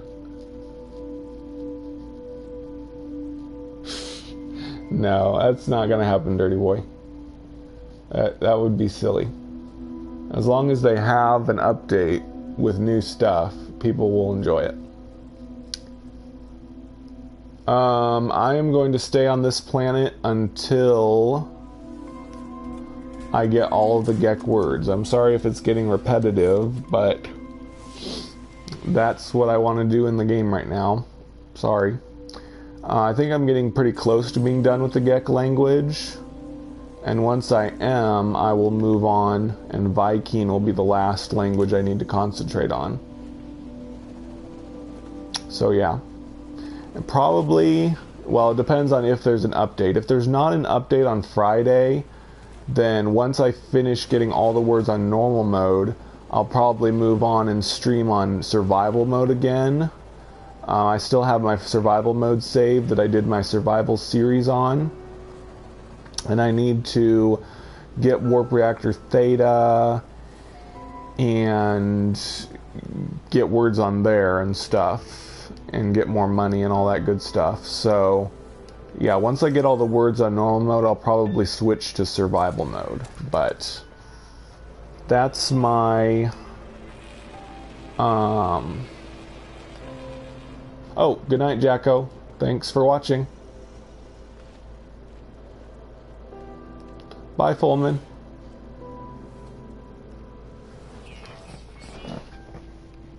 But yeah, that's my long-term plan for live streaming until there's an update. Everything will change once there's an update. But for now, I'm just going to get all the words on normal mode, and then I'll switch to survival mode and collect stuff on there. And that is just to kind of help me get ready for when the update is, so that I'm well equipped for whatever challenges they add.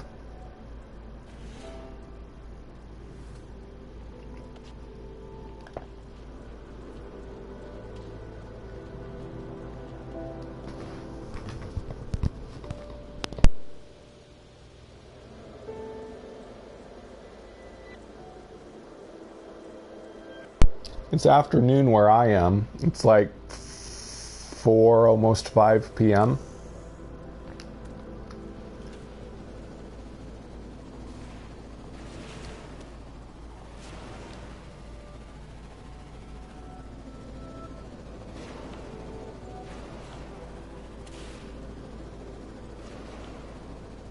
Oh, so you haven't played in a while, Ian? I thought you were just saying that you were doing something on survival mode or something.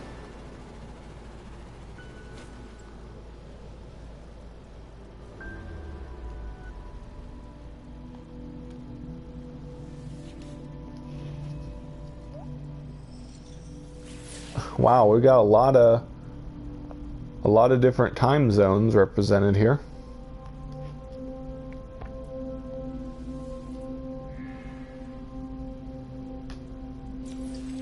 Wow, you're in the Netherlands, Mats? That's cool. Man, I had no idea I had such a widespread live stream going here. It's people all over the world watching me. It's kind of makes me nervous. Also kind of makes me feel good, I guess.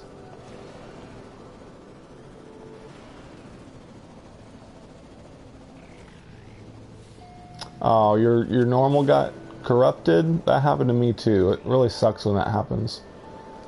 What I do to try to prevent that is always save and close out on space stations. That seems to help prevent my save getting corrupted.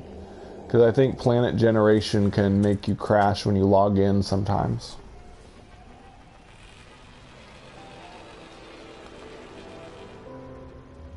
Yeah, my own planet in the chat. Yeah, I used to watch SpongeBob. SpongeBob has been around a long time.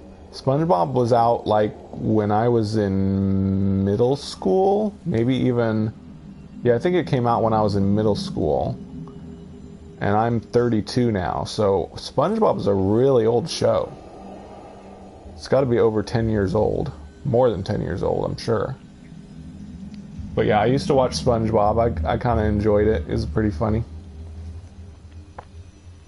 I just said earlier I'm in Kansas, American Midwest.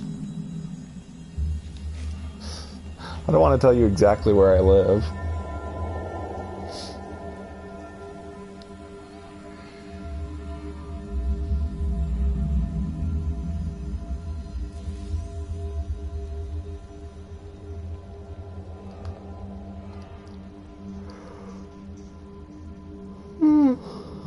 Sorry. Cool. California is pretty nice unless you're in the desert.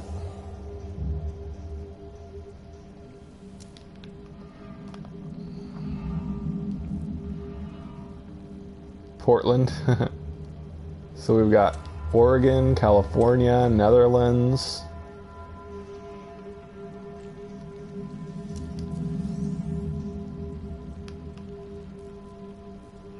Wait. Yeah, Portland's in Oregon, right? Or is there another Portland?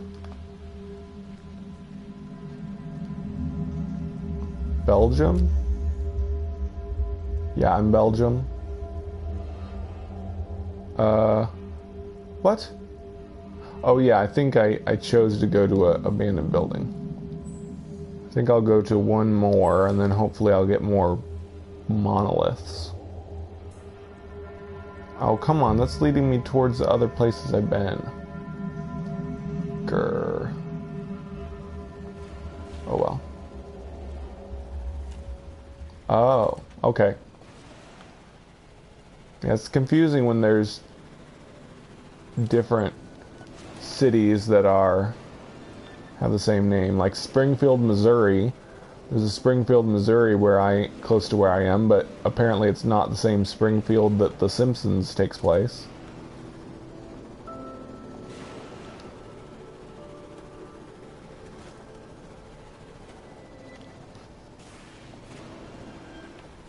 Minnesota, huh? That's cool.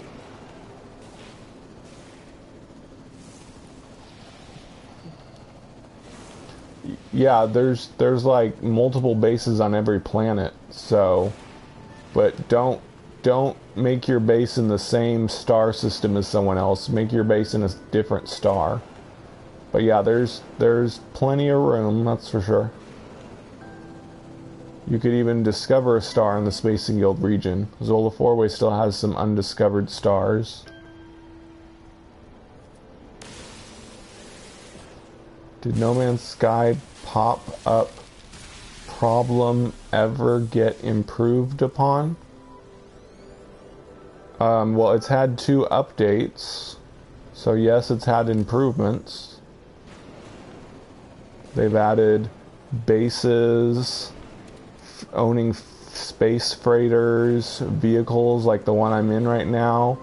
They've improved a lot of the graphics and stuff.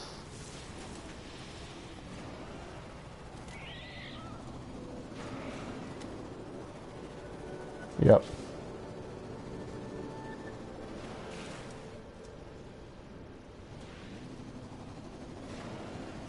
I'm not sure what you mean by pop-up problem, Paul.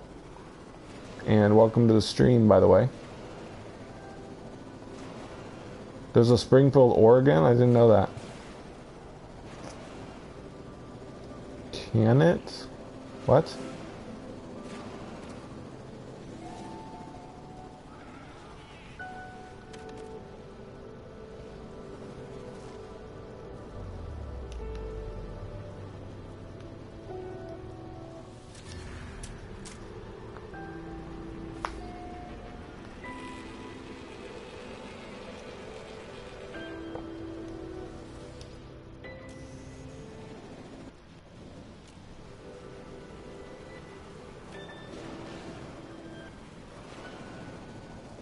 Really?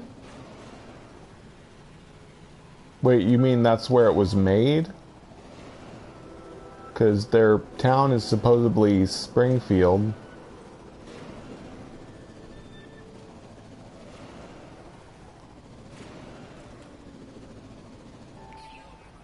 Yeah, that's correct, Dirty Boy. When you go to a system, only one player base will generate on your system. That's how the base share system works. Just gives you one player base per star system. So it's not a good idea to have people go to the same star system. But you can be neighbors in a star right next to someone else's. That works well. And you can visit each other whenever you want.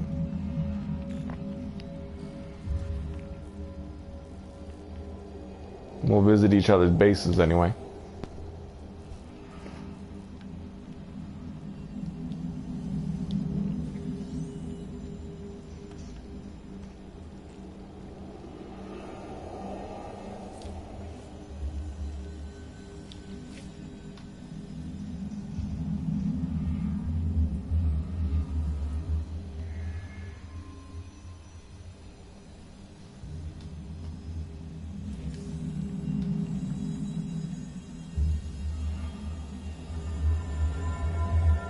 Yeah, you can always see your own base, because your own base is saved on your system, but when you go to a star system, only one other player's system will load in.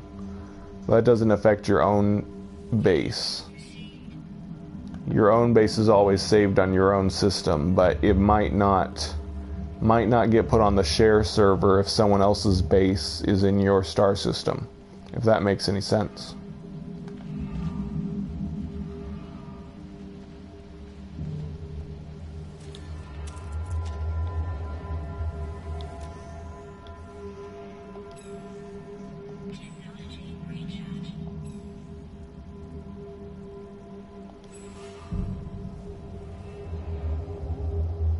Okay, hopefully it will give me a monolith I haven't been to now.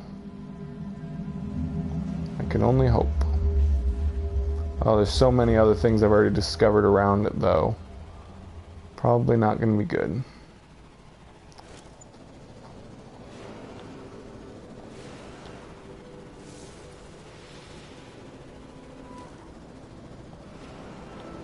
Oh, yep, I already been there. So when we try a ruin, it'll probably just give me a ruin I've already been to.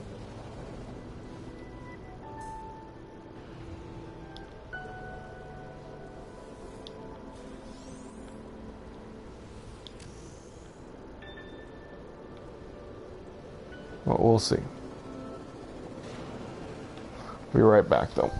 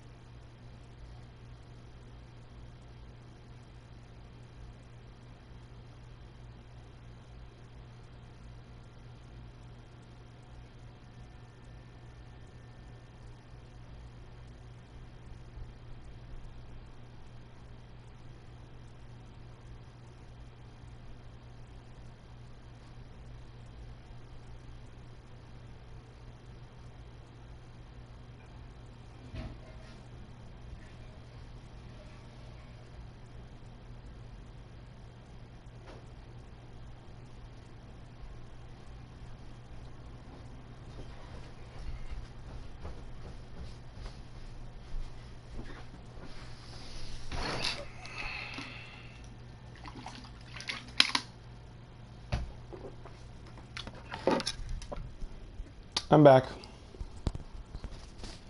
I'm not sure what you mean, Mocktone. How would I do that? Whoops.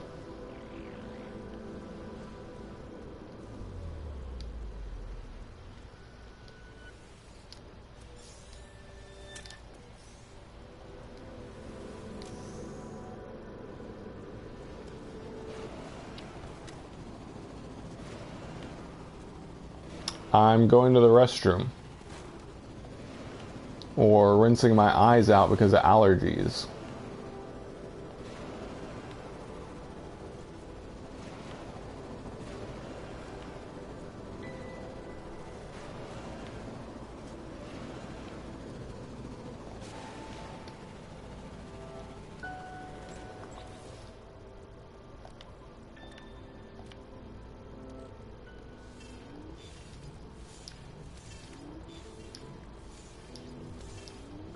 Man, I'm getting lots of loot. That's nice.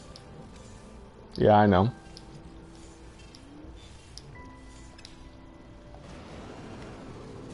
One reason I'm really looking forward to the next update is also because of the Spacing Guild. I've been kind of holding off on developing what we do at the Spacing Guild until the next update, but it's dragging on so much. My Spacing Guild members are having to basically create their own projects and activities and stuff besides just the missions I gave them to visit other people's bases. So I really want the update to finally happen so that we can develop some new activities. Spacing Guild is a group I started. We have a website. We have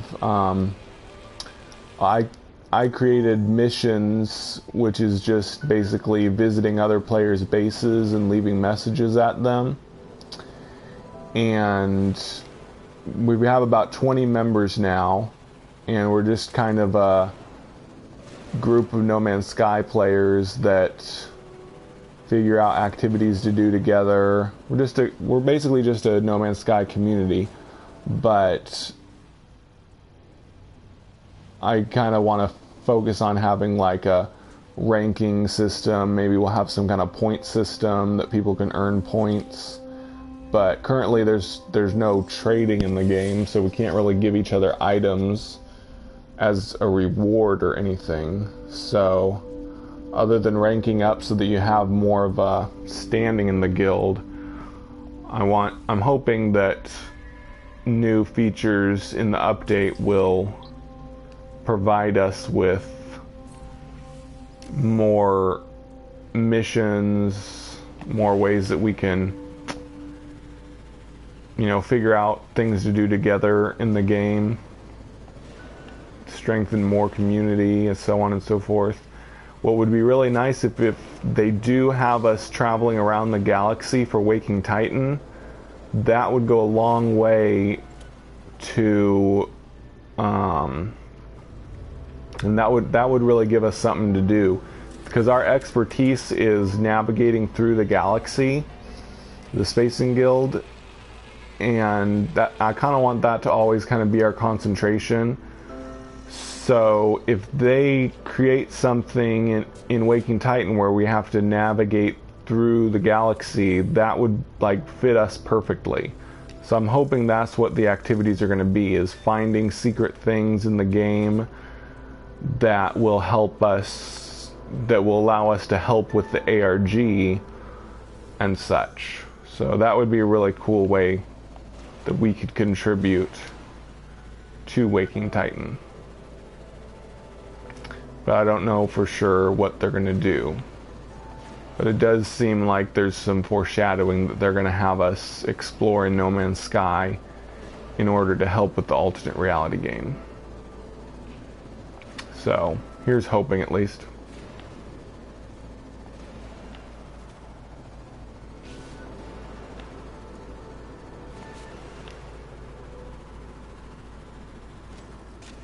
If you're interested in visiting the Spacing Guild, the initiation requirements are to visit a base on our missions or members tabs, and I believe the URL for the Spacing Guild is in my channel description. So if you go to my channel description on YouTube, the Spacing Guild URL should be at the end of that. So if you go to our website, check out the missions or members tabs, it has the coordinates for those bases. All you have to do is visit one of the bases and put a comm station there and send me screenshot proof of it, and then I will add you to our website and you can be a full-fledged member. And then members just need to complete 9 more missions after the first initiation mission, and each mission you get will give you a rank up in the guild. And once you've finished a total of 10 missions, then you'll be max rank, and max ranking members of the guild will get to vote on how the Spacing Guild changes over time with new updates to No Man's Sky and so forth. So, hope you got all that, Mock Tone. That is what the Spacing Guild is. in a nutshell.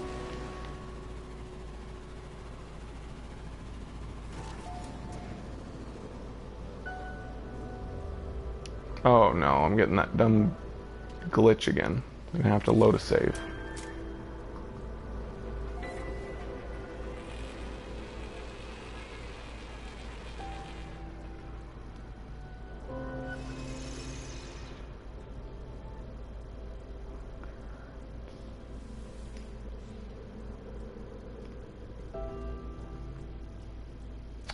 Not for exploring buildings. The Nomad is the best for traveling around quickly and finding lots of buildings. The Roamer, which is kind of the RC racer one, is good for... The best thing I like it for is driving around on the ocean floor and collecting Regogen.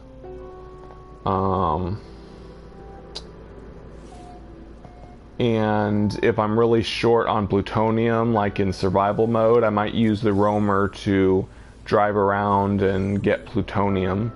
Of course, I can do that in the Nomad as well. I just have to jump out to collect the plutonium, since there's not enough inventory space on the Nomad. But yeah, Nomad is kind of my preferred one, since it's just so fast and maneuverable. I really like it best.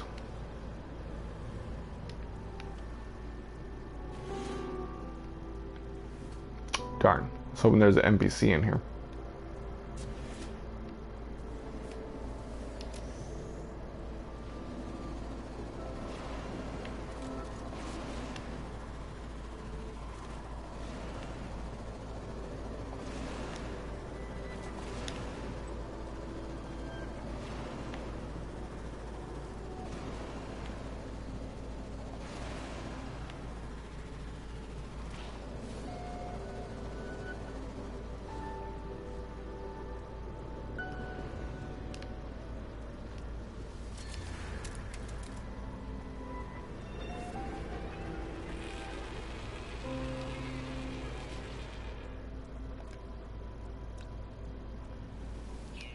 I discover so many buildings, I forget to cash in on all these waypoints.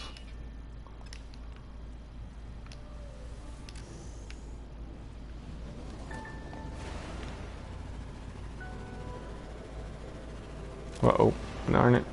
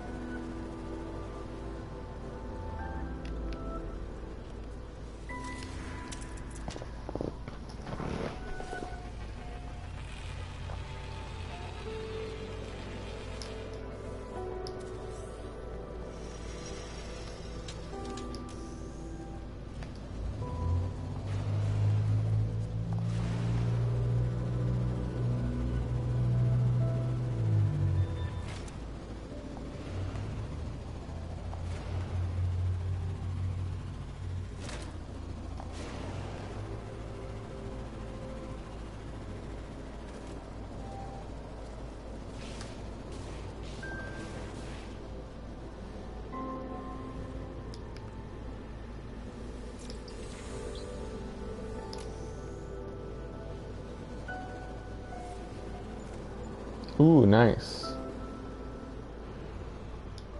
Because I think well, we'll see.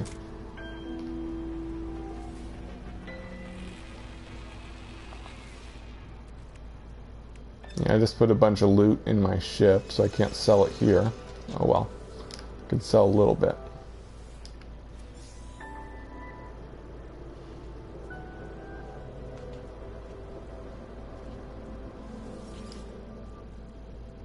It just says learned nothing. When you try to learn another word from a knowledge stone, it just says learned nothing. That's how you know when you've learned all the words.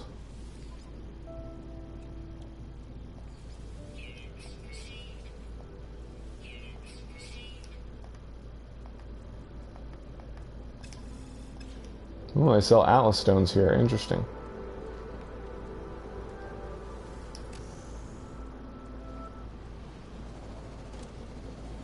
Hello, Kristen Hind. Thanks for watching.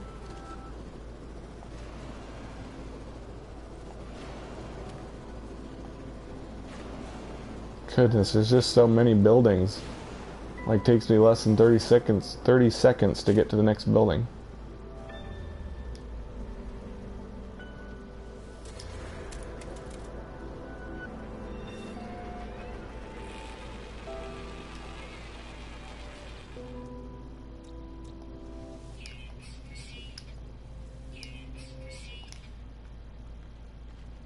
Okay.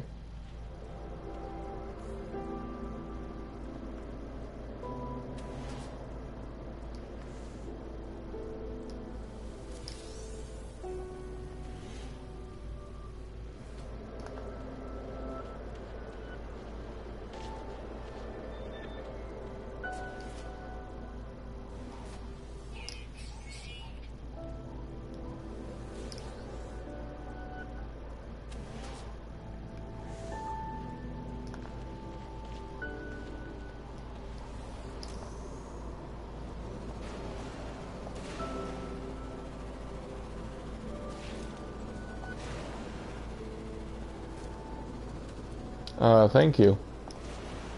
Thanks for watching, Travis.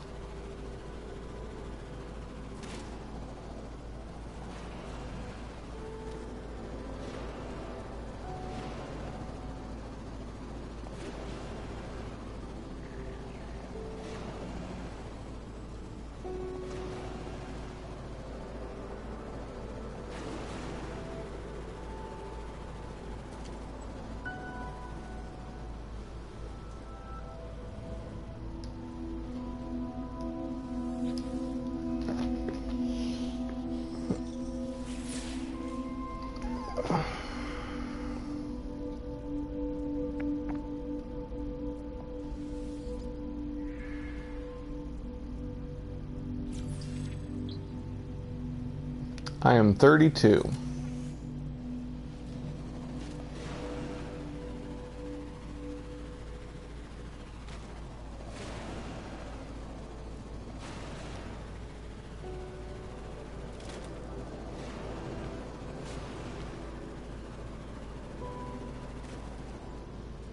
Which actually 70% of gamers are in their 30s, in case you didn't know. Although it is true that 90% of young people play video games, 70% of game players are in their 30s. Okay, night mats. Cool.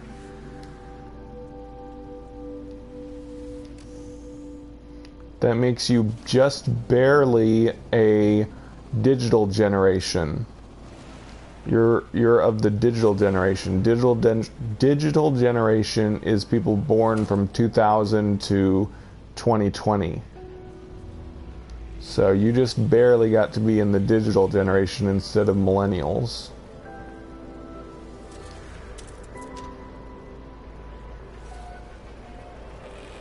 But yeah, like I said, 90% of young people, 90% of the digital generation have played games, and that includes girls. That's not just boys, but 90% of all young people, I think in America, have played video games at one time or another.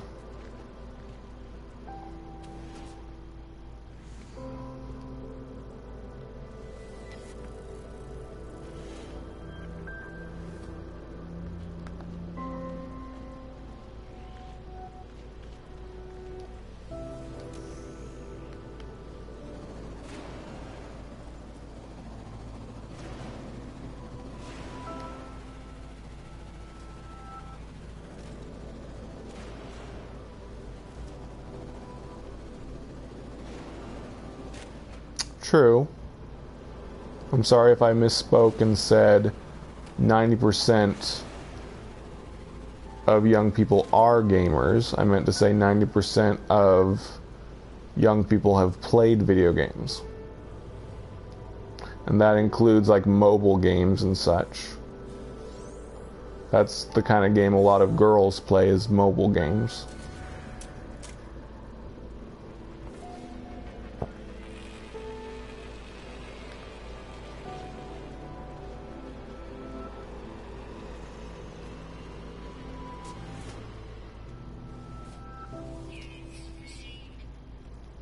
Because really, when you think about it, a lot of parents will just give their phone to their kids and have them play a game to keep them occupied when they're like, you know, 5, 6, 7 years old. So that pretty much makes almost everybody play a game at least once in their life. It's almost no way to escape it anymore, since everybody has their smartphones and such.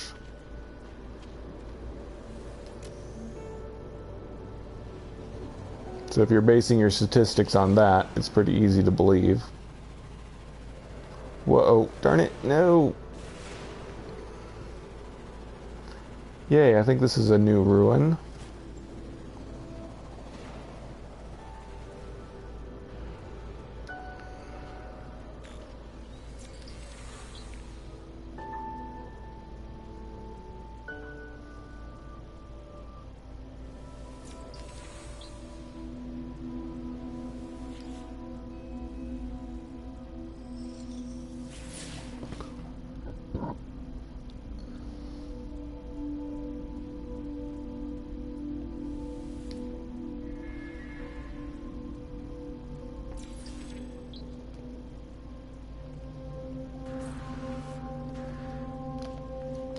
Video games, in a way, are kind of the new television.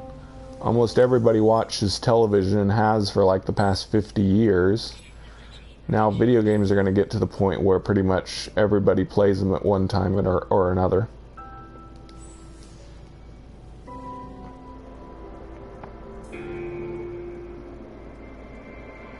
Yep, that is true. Anything can be an addiction that you don't want to... Well, to make a comparison, there are guys that get so obsessed watching sports that they ignore their family. So any form of entertainment can become an addiction that will subtract from your family or friends. Although they can also be used as a way to interact with your friends and your family. So you got to strike a good balance. You can interact with your family watching sports, you can interact with your family playing games, but if they aren't interested in the sports you like or the games you like, then you have to find another way to spend some quality time with them, at least sometimes.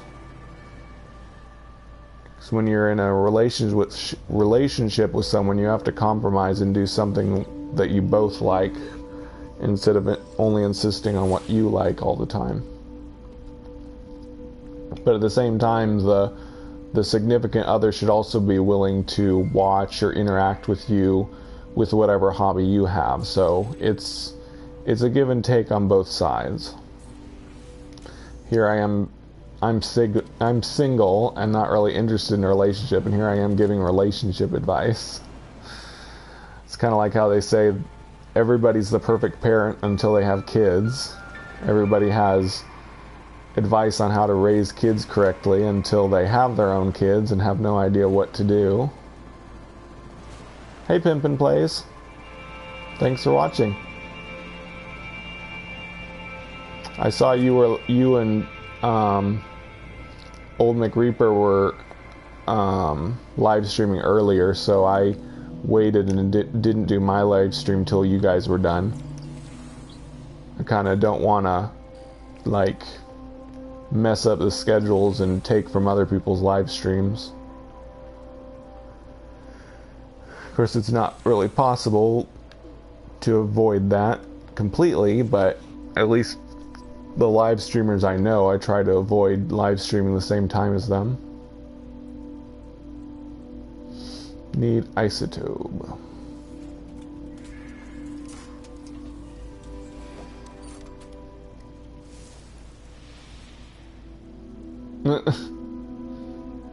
So you still play Skyrim, Chris?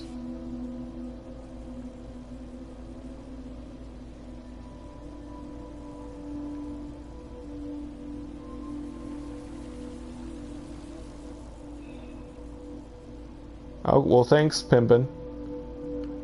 I just don't really wanna stream.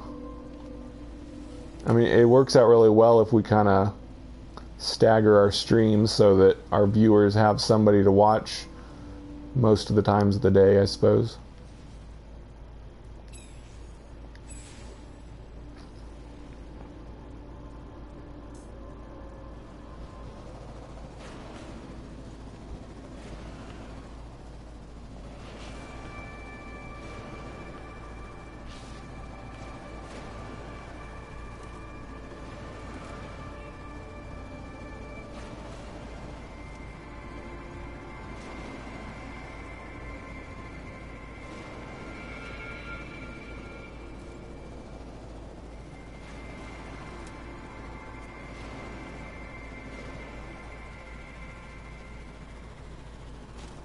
Yep, that's true. I mean, I looked at live from PlayStation, and today on a Sunday there was like over 10, maybe even close to 20 people live streaming No Man's Sky. I mean, that is pretty cool that so many people are starting to live stream in No Man's Sky. So I really like that it's starting to pick up like that.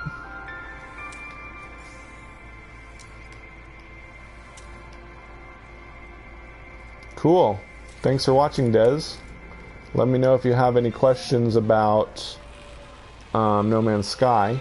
I am a treasure trove of information about it. Hey, Bear Hugger. Thanks for watching. I was just talking about how there's so many people starting to live stream No Man's Sky more now. It's kind of picking up in a way.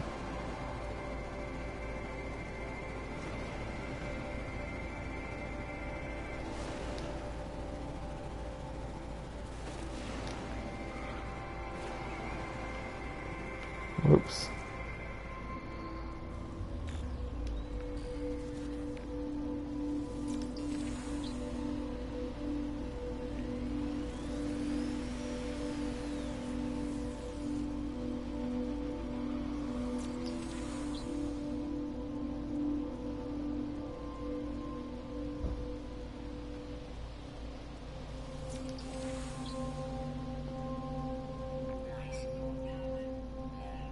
Yeah, me too.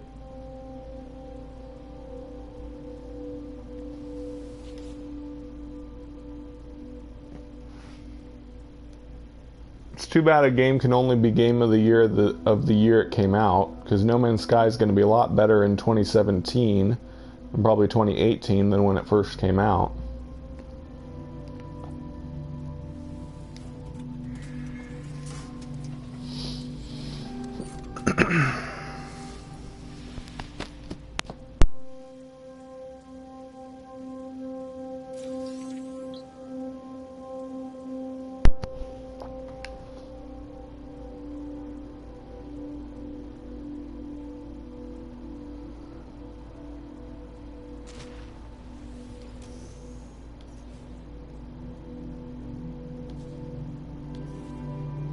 ACO?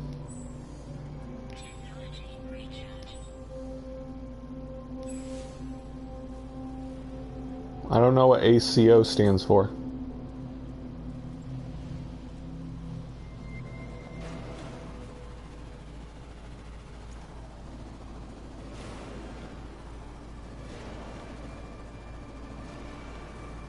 Oh. Really? If you say so.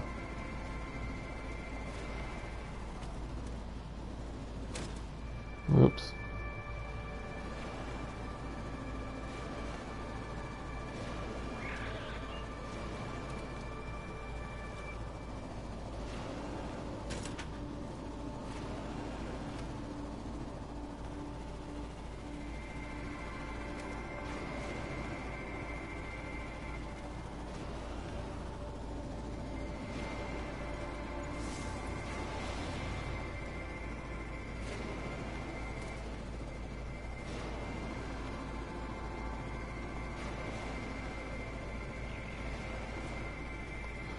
Yeah, I might be tempted to get the Elder Scrolls 6.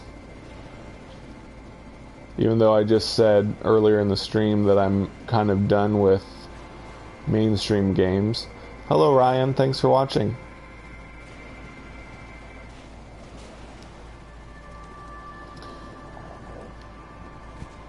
Oops.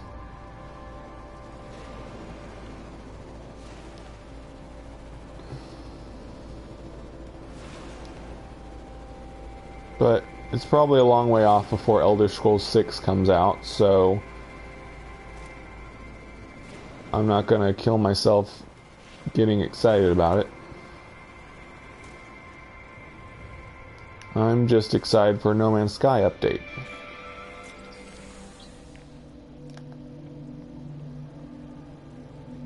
I'm doing pretty good, Ryan. Ooh, we're getting near the end of the Gek language. I can tell because it's doing pronouns and articles. The and A are the articles.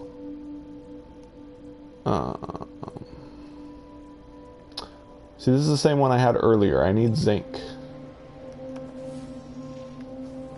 Here we go. Lots of zinc.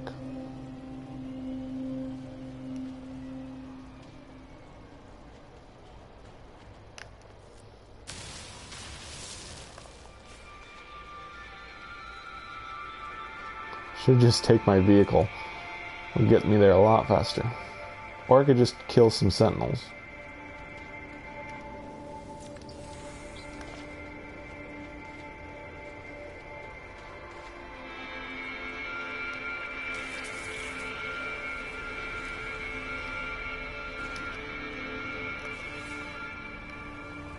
What?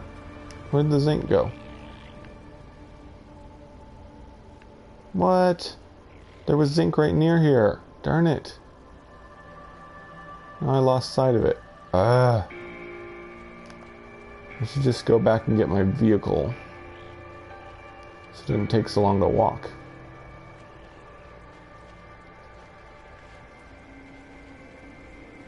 It's funny, I'm so used to using the vehicle now, I feel like naked not using it, running around on foot. I used to explore on foot all the time, but I'm getting so used to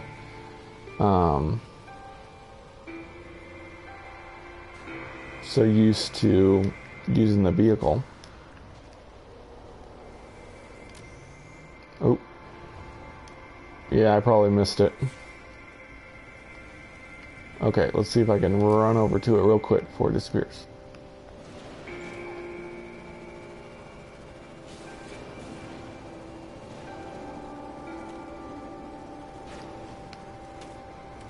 Oh, so it was in that thamium. I saw the thamium and it covered up the zinc. That's what happened. No, it's about to disappear.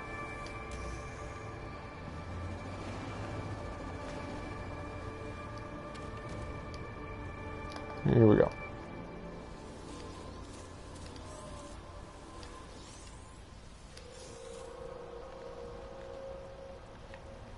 Okay, do I have 50 yet?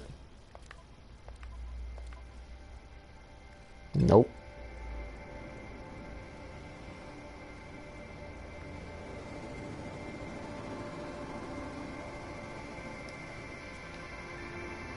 Oh, already got that.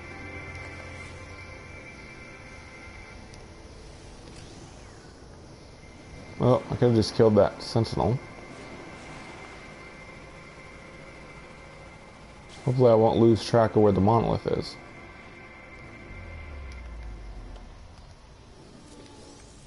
Okay, now we definitely got enough. Good.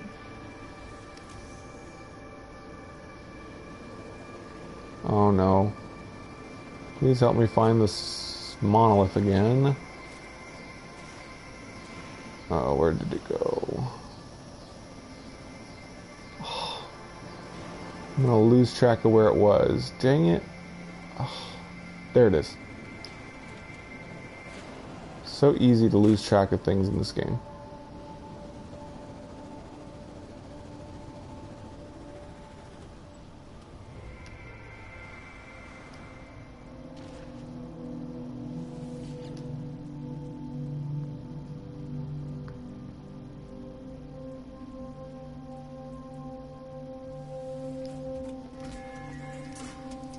There we go.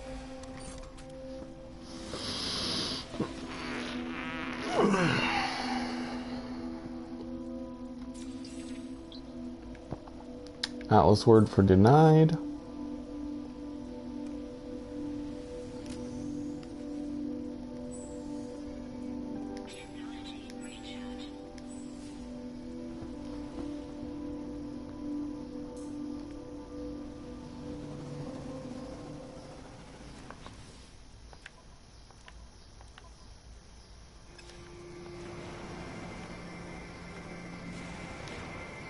Oop, there's another village.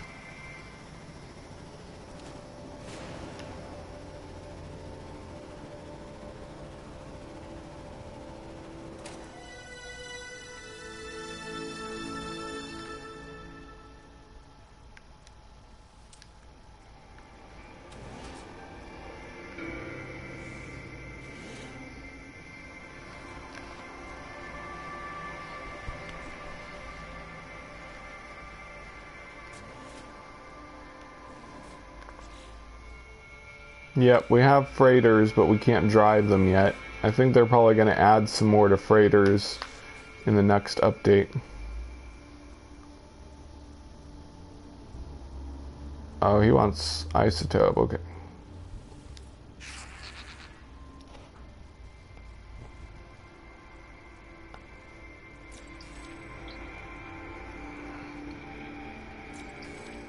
Yeah, in and the. We're definitely getting near the end of the Gek language. Okay. See if you want some relics.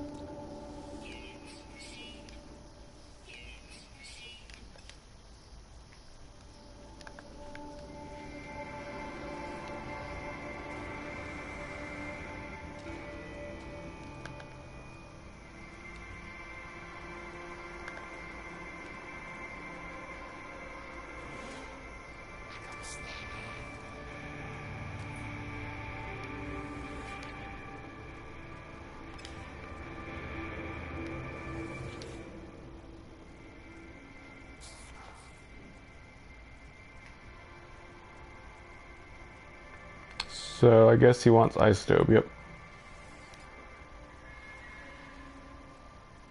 Okay, bye Kristen.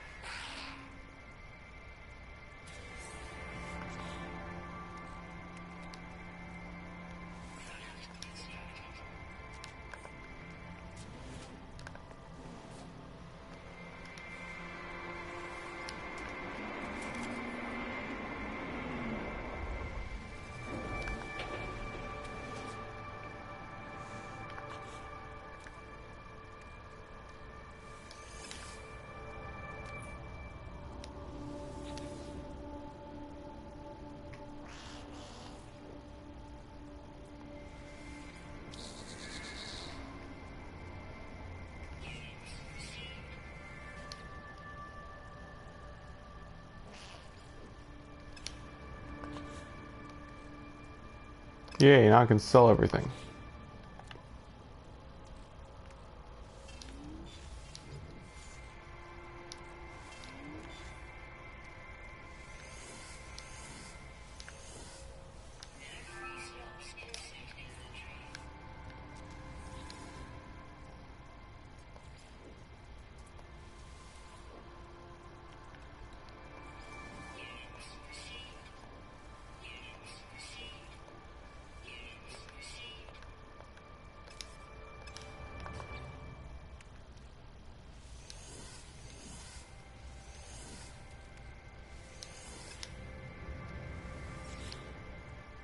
Well, I've had this hauler for quite a few streams, but I wasn't using it very long, or I wasn't.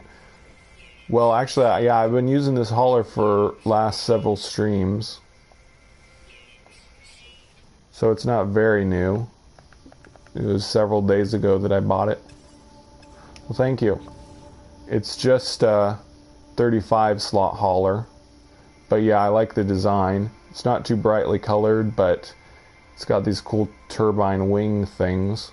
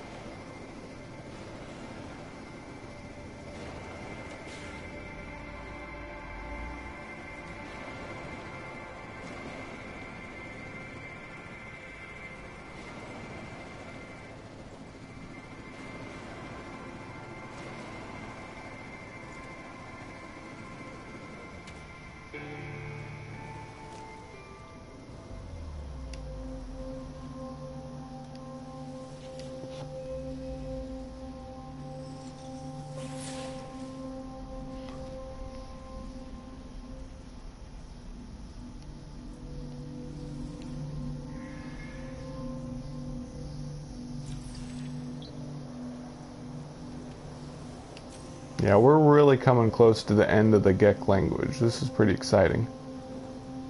Oh, here we go. Then I'll get to go to a new planet, work on Viking words, and then I'll finally be done with this goal. Hopefully I'll get all the Atlas words from the monoliths soon as well.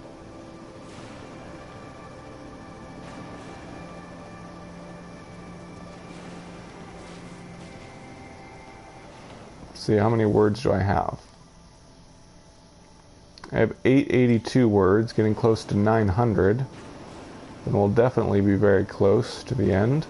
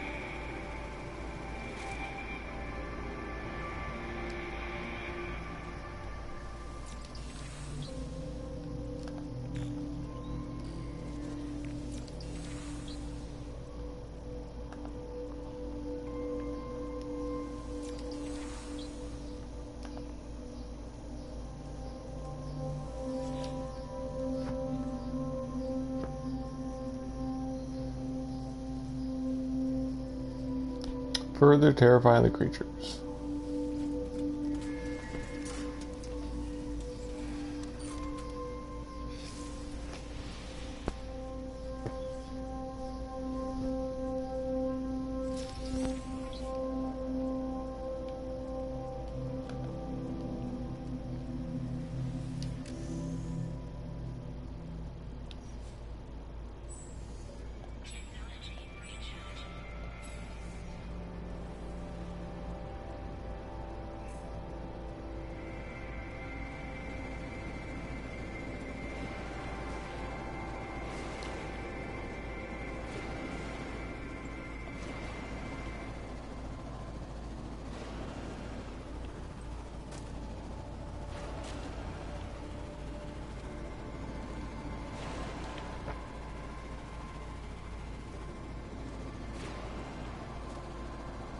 Oh, I think I may have been to this one already.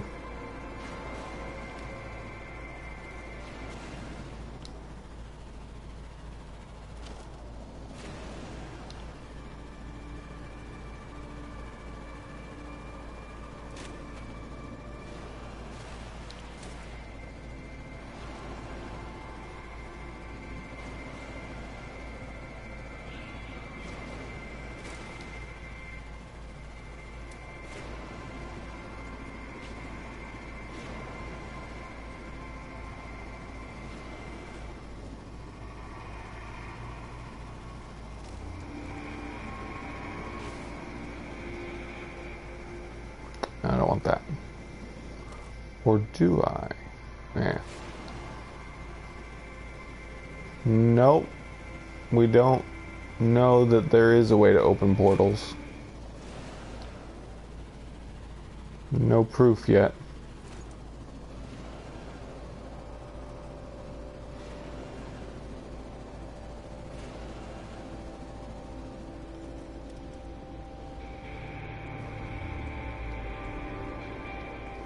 But it's supposed to be in the next update, since there was a hint that portals are going to be in the next update, so we should finally get portals. That will be nice.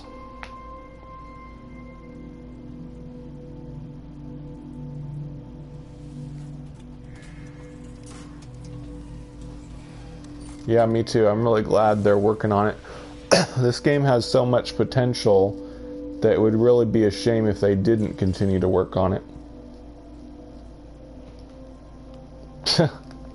No, I don't think the portals are going to work like in the game portal.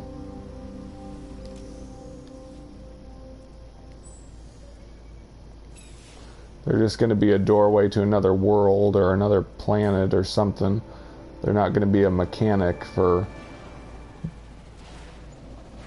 Honestly, I haven't played Portal, but I understand it's kind of a puzzle game where you create portals to make things happen.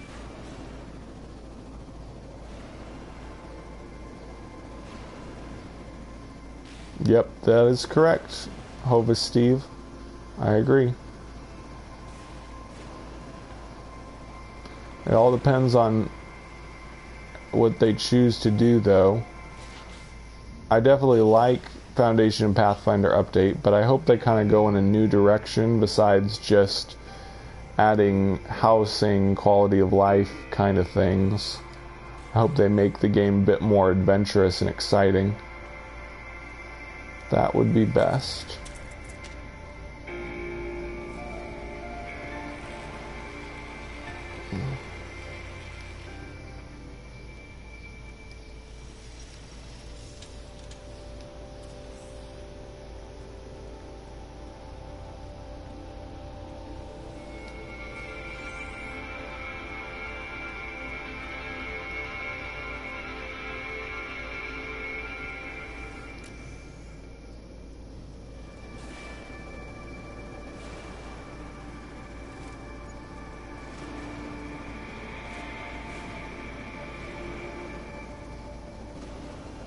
Yep. But it takes them a certain amount of time to create any new feature, so they have to pick and choose what to concentrate on. If they try to do too many things at once, the update will take too long and people will get tired of waiting and just move on to other games. Yeah, I agree, we need more assets.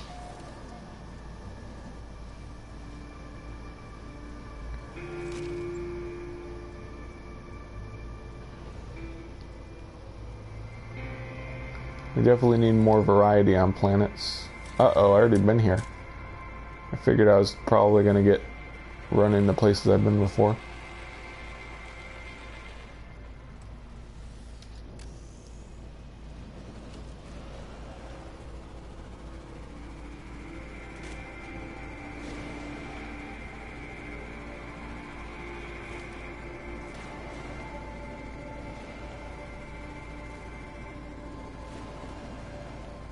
Yep, that's the big hot button issue is multiplayer. Nope, still haven't been to this one. That's good.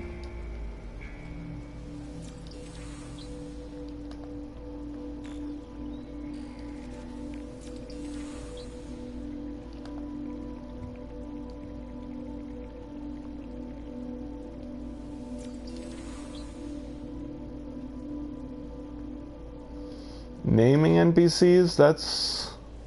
I don't think there'd be much reason to name your NPCs. It's better to look for different ones, get the ones that you like how they look. Naming them wouldn't really make much sense. Why would they let you give them a different name? I mean, I guess you could change what name you personally call them, but it's not gonna... I don't know.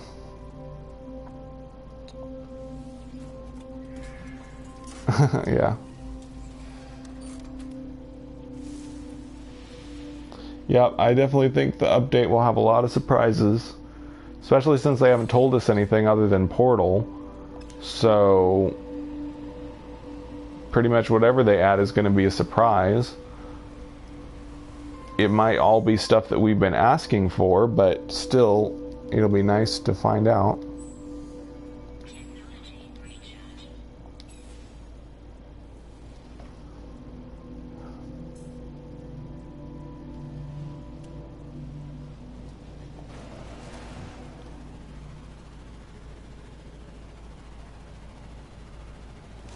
I can tell I'm really close to finishing the Gek language. I'd kind of like to finish it in this stream, and then I can move on to another planet in the next live stream.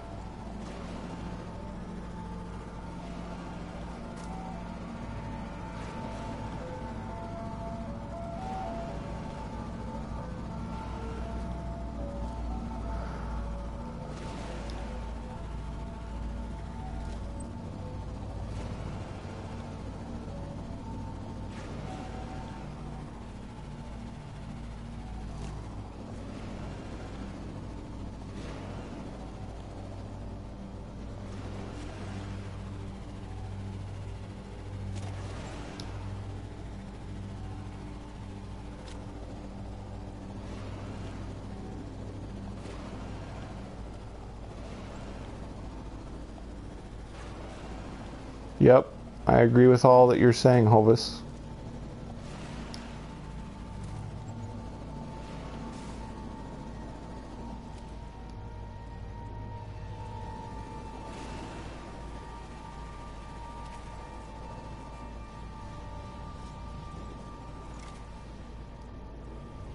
Hi, Aloysia. Yep, a lot of people want multiplayer. I do think they're going to add more... Ooh, oh yes. I think I just finished the Gek language. But yeah, I definitely think they're going to add more multiplayer aspects, but I don't know if we're actually going to get simultaneous multiplayer where you can see each other. No? Man, I thought Nada and Polo were the last words.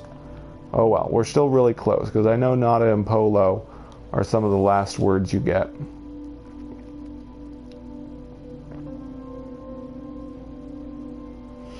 Light pyre with mining beam. Okay, I'm gonna try to finish the Gek language, unless I just did, and then I'll finish the stream. But I want to go ahead and finish the Gek language.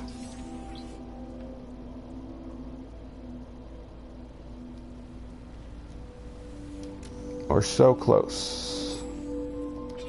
So very, very close. So I don't want to have to come back down to this planet just to find that I only had 2 words left or whatever. Hopefully that's a new monolith.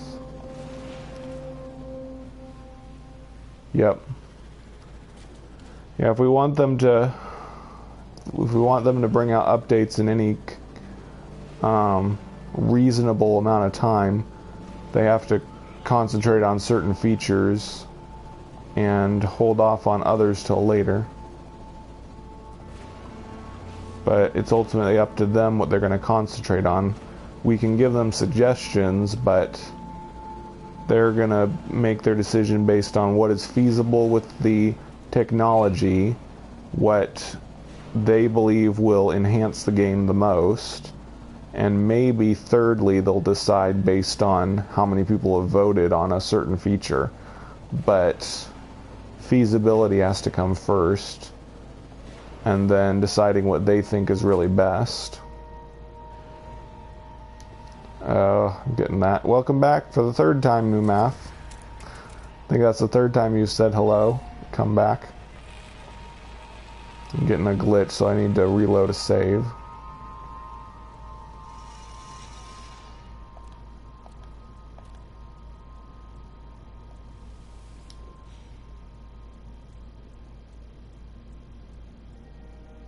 Well, there's been a lot of suggestion threads in Reddit. The moderators were asked to create mega threads, stickied mega threads that a lot of people have given suggestions on. And Hello Games even gave an email feedback at hellogames.co.uk or whatever.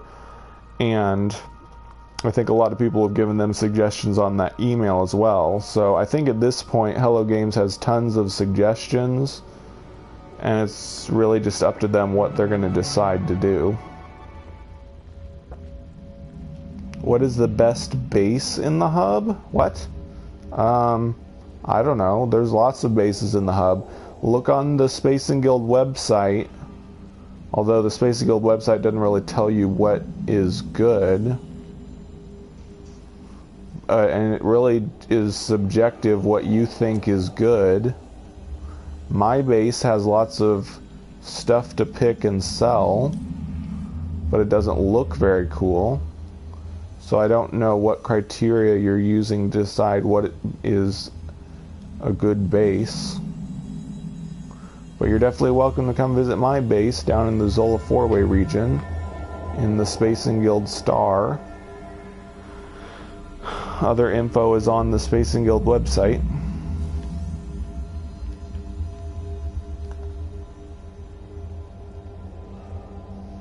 Okay, here's an encyclopedia. Let's see if I finished the language. Nope, still have some more words. Mod community? Well, there is now a separate subreddit for No Man's Sky mods. So if you go to Reddit and search for No Man's Sky mods, you can check out that subreddit. And yeah, there's a lot of different mods that you can get for PC for No Man's Sky. I'm not on PC, so I can't really say much about them, but I know there are definitely tons of mods to choose from.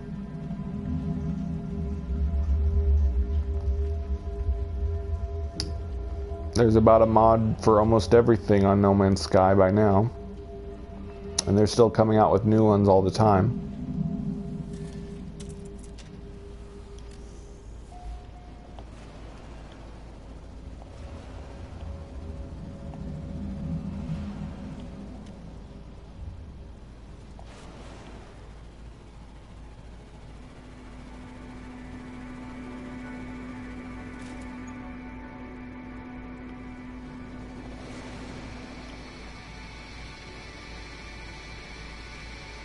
Boy, lots of words to get. Though we may be done soon. Nope, still have more.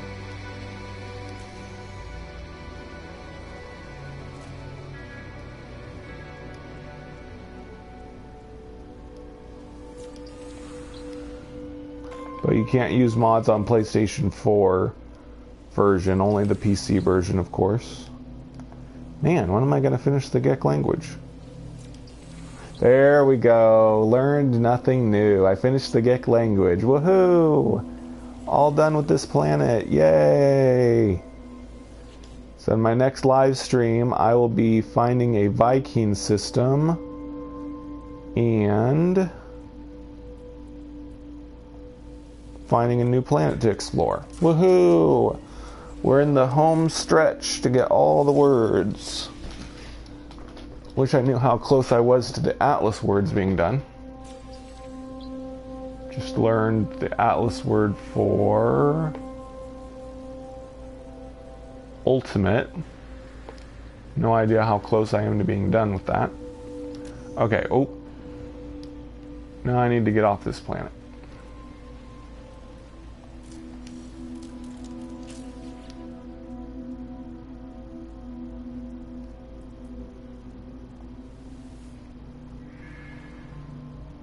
Yep.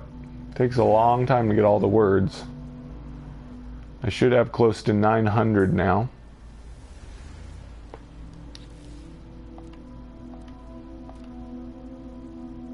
$890, almost. There's 1,111 total. Yeah, kind of like Minecraft in space. But you can't build like in Minecraft. And there's a lot more things to discover than in Minecraft. And Minecraft doesn't have buildings unless you build them. Of course, there is like Minecraft worlds that you can buy that are pre-rendered or pre-handmade that has buildings and locations and stuff. So in a way, that's kind of like it.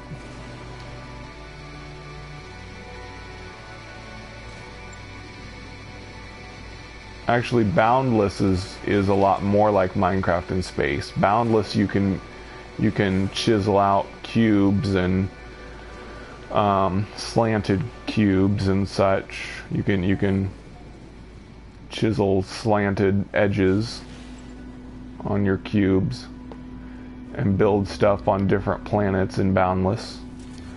So I'm planning to get that game eventually. But for now, I'm just going to enjoy No Man's Sky.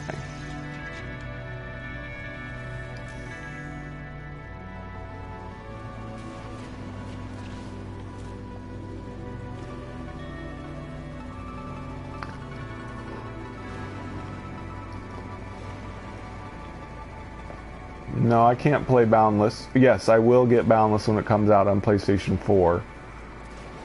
But of course it's not yet on it. I don't know, honestly. I think the Boundless website still says it's in pre-alpha. I thought they'd be in beta by now, but I think it's still in alpha.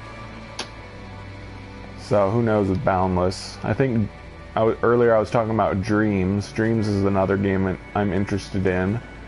And Media Molecule has been hinting that they're getting close to finishing production of that.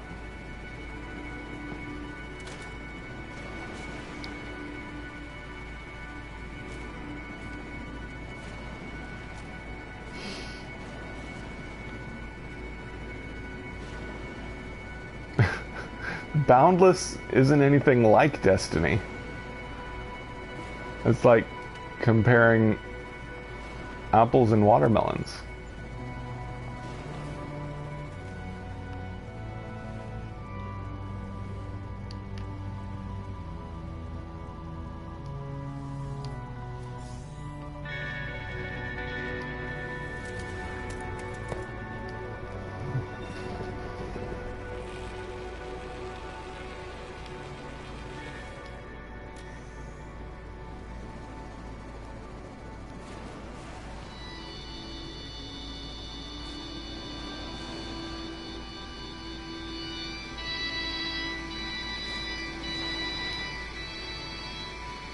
Yeah, I know.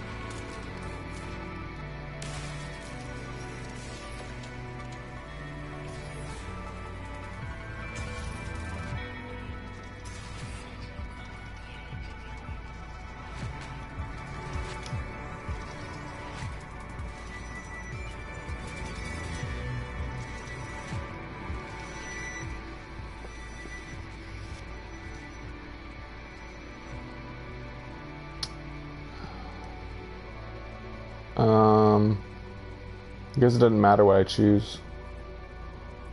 I'll just give it isotope.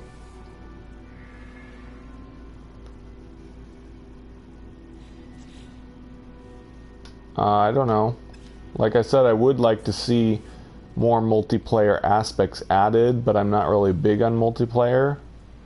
What I hope they don't concentrate is more house building and vehicles and stuff that they've already added. I don't want them to just keep concentrating on the same things. I want them to branch off in other directions. Oh boy. Lots of loot.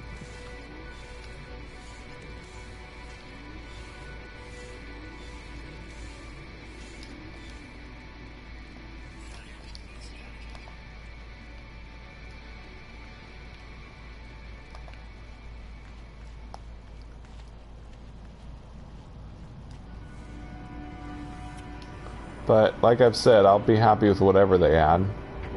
There's nothing they could add that would make me hate the game, that's for sure. Bye! Thanks for watching, ICANN.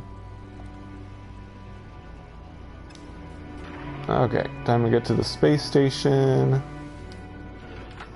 Get rid of some loot.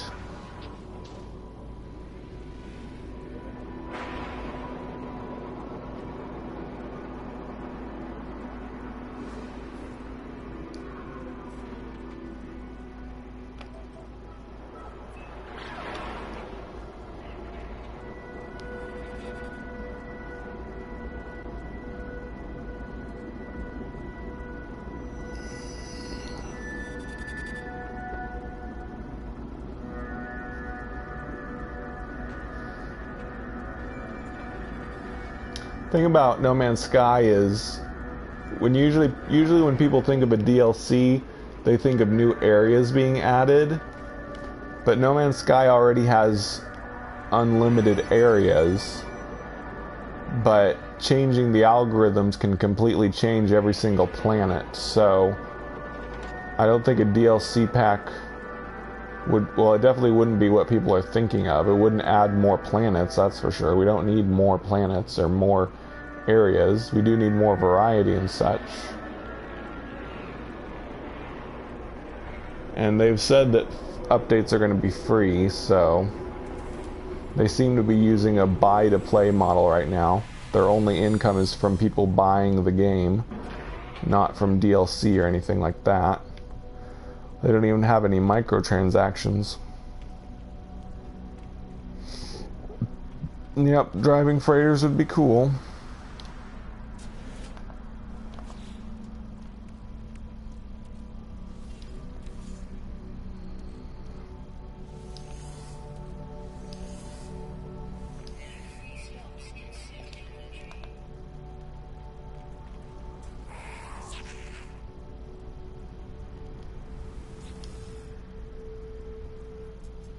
Yeah, a lot of people misconstrued DLC as meaning paid DLC. That's why it's better to just say update.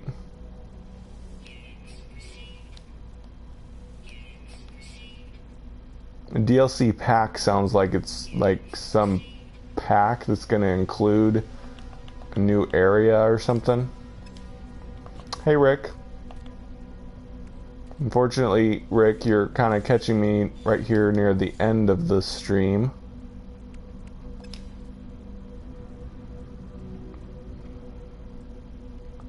Just gonna turn in some relics and then I'll call an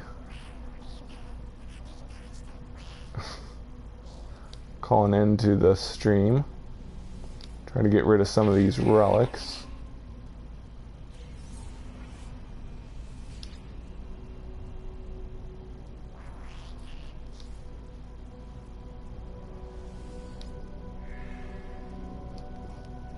Yeah, Hovis was saying that he wasn't saying that.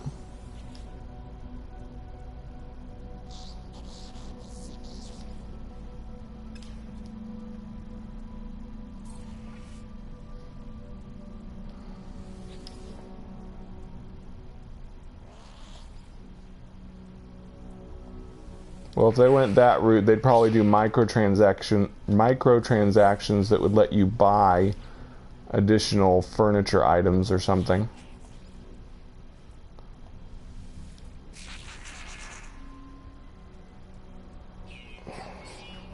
I'm sure it would be incredibly cheap.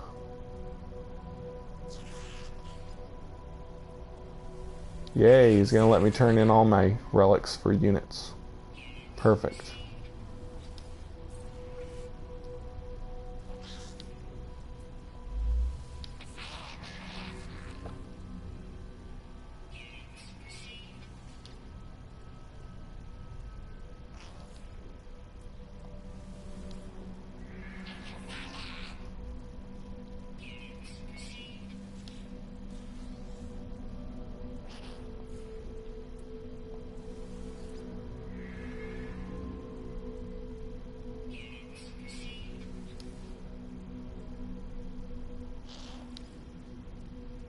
Goodness, I'm gonna have a lot of money after all this.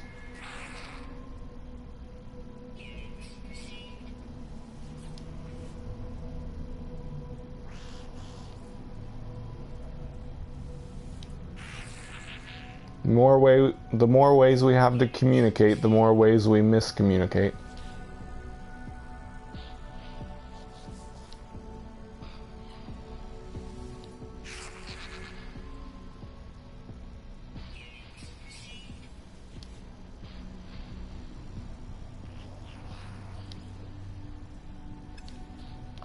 Okay, so that does it for this stream. In the next live stream tomorrow, I will begin searching for a Viking system so that I can work on the final couple languages. I still need Atlas words and Viking words, but when I find a good lush planet to explore, it will be the last planet I explore till I get all the words in the game, because I am very close to being done. So, thank you all for watching, and I'll catch you in the next one.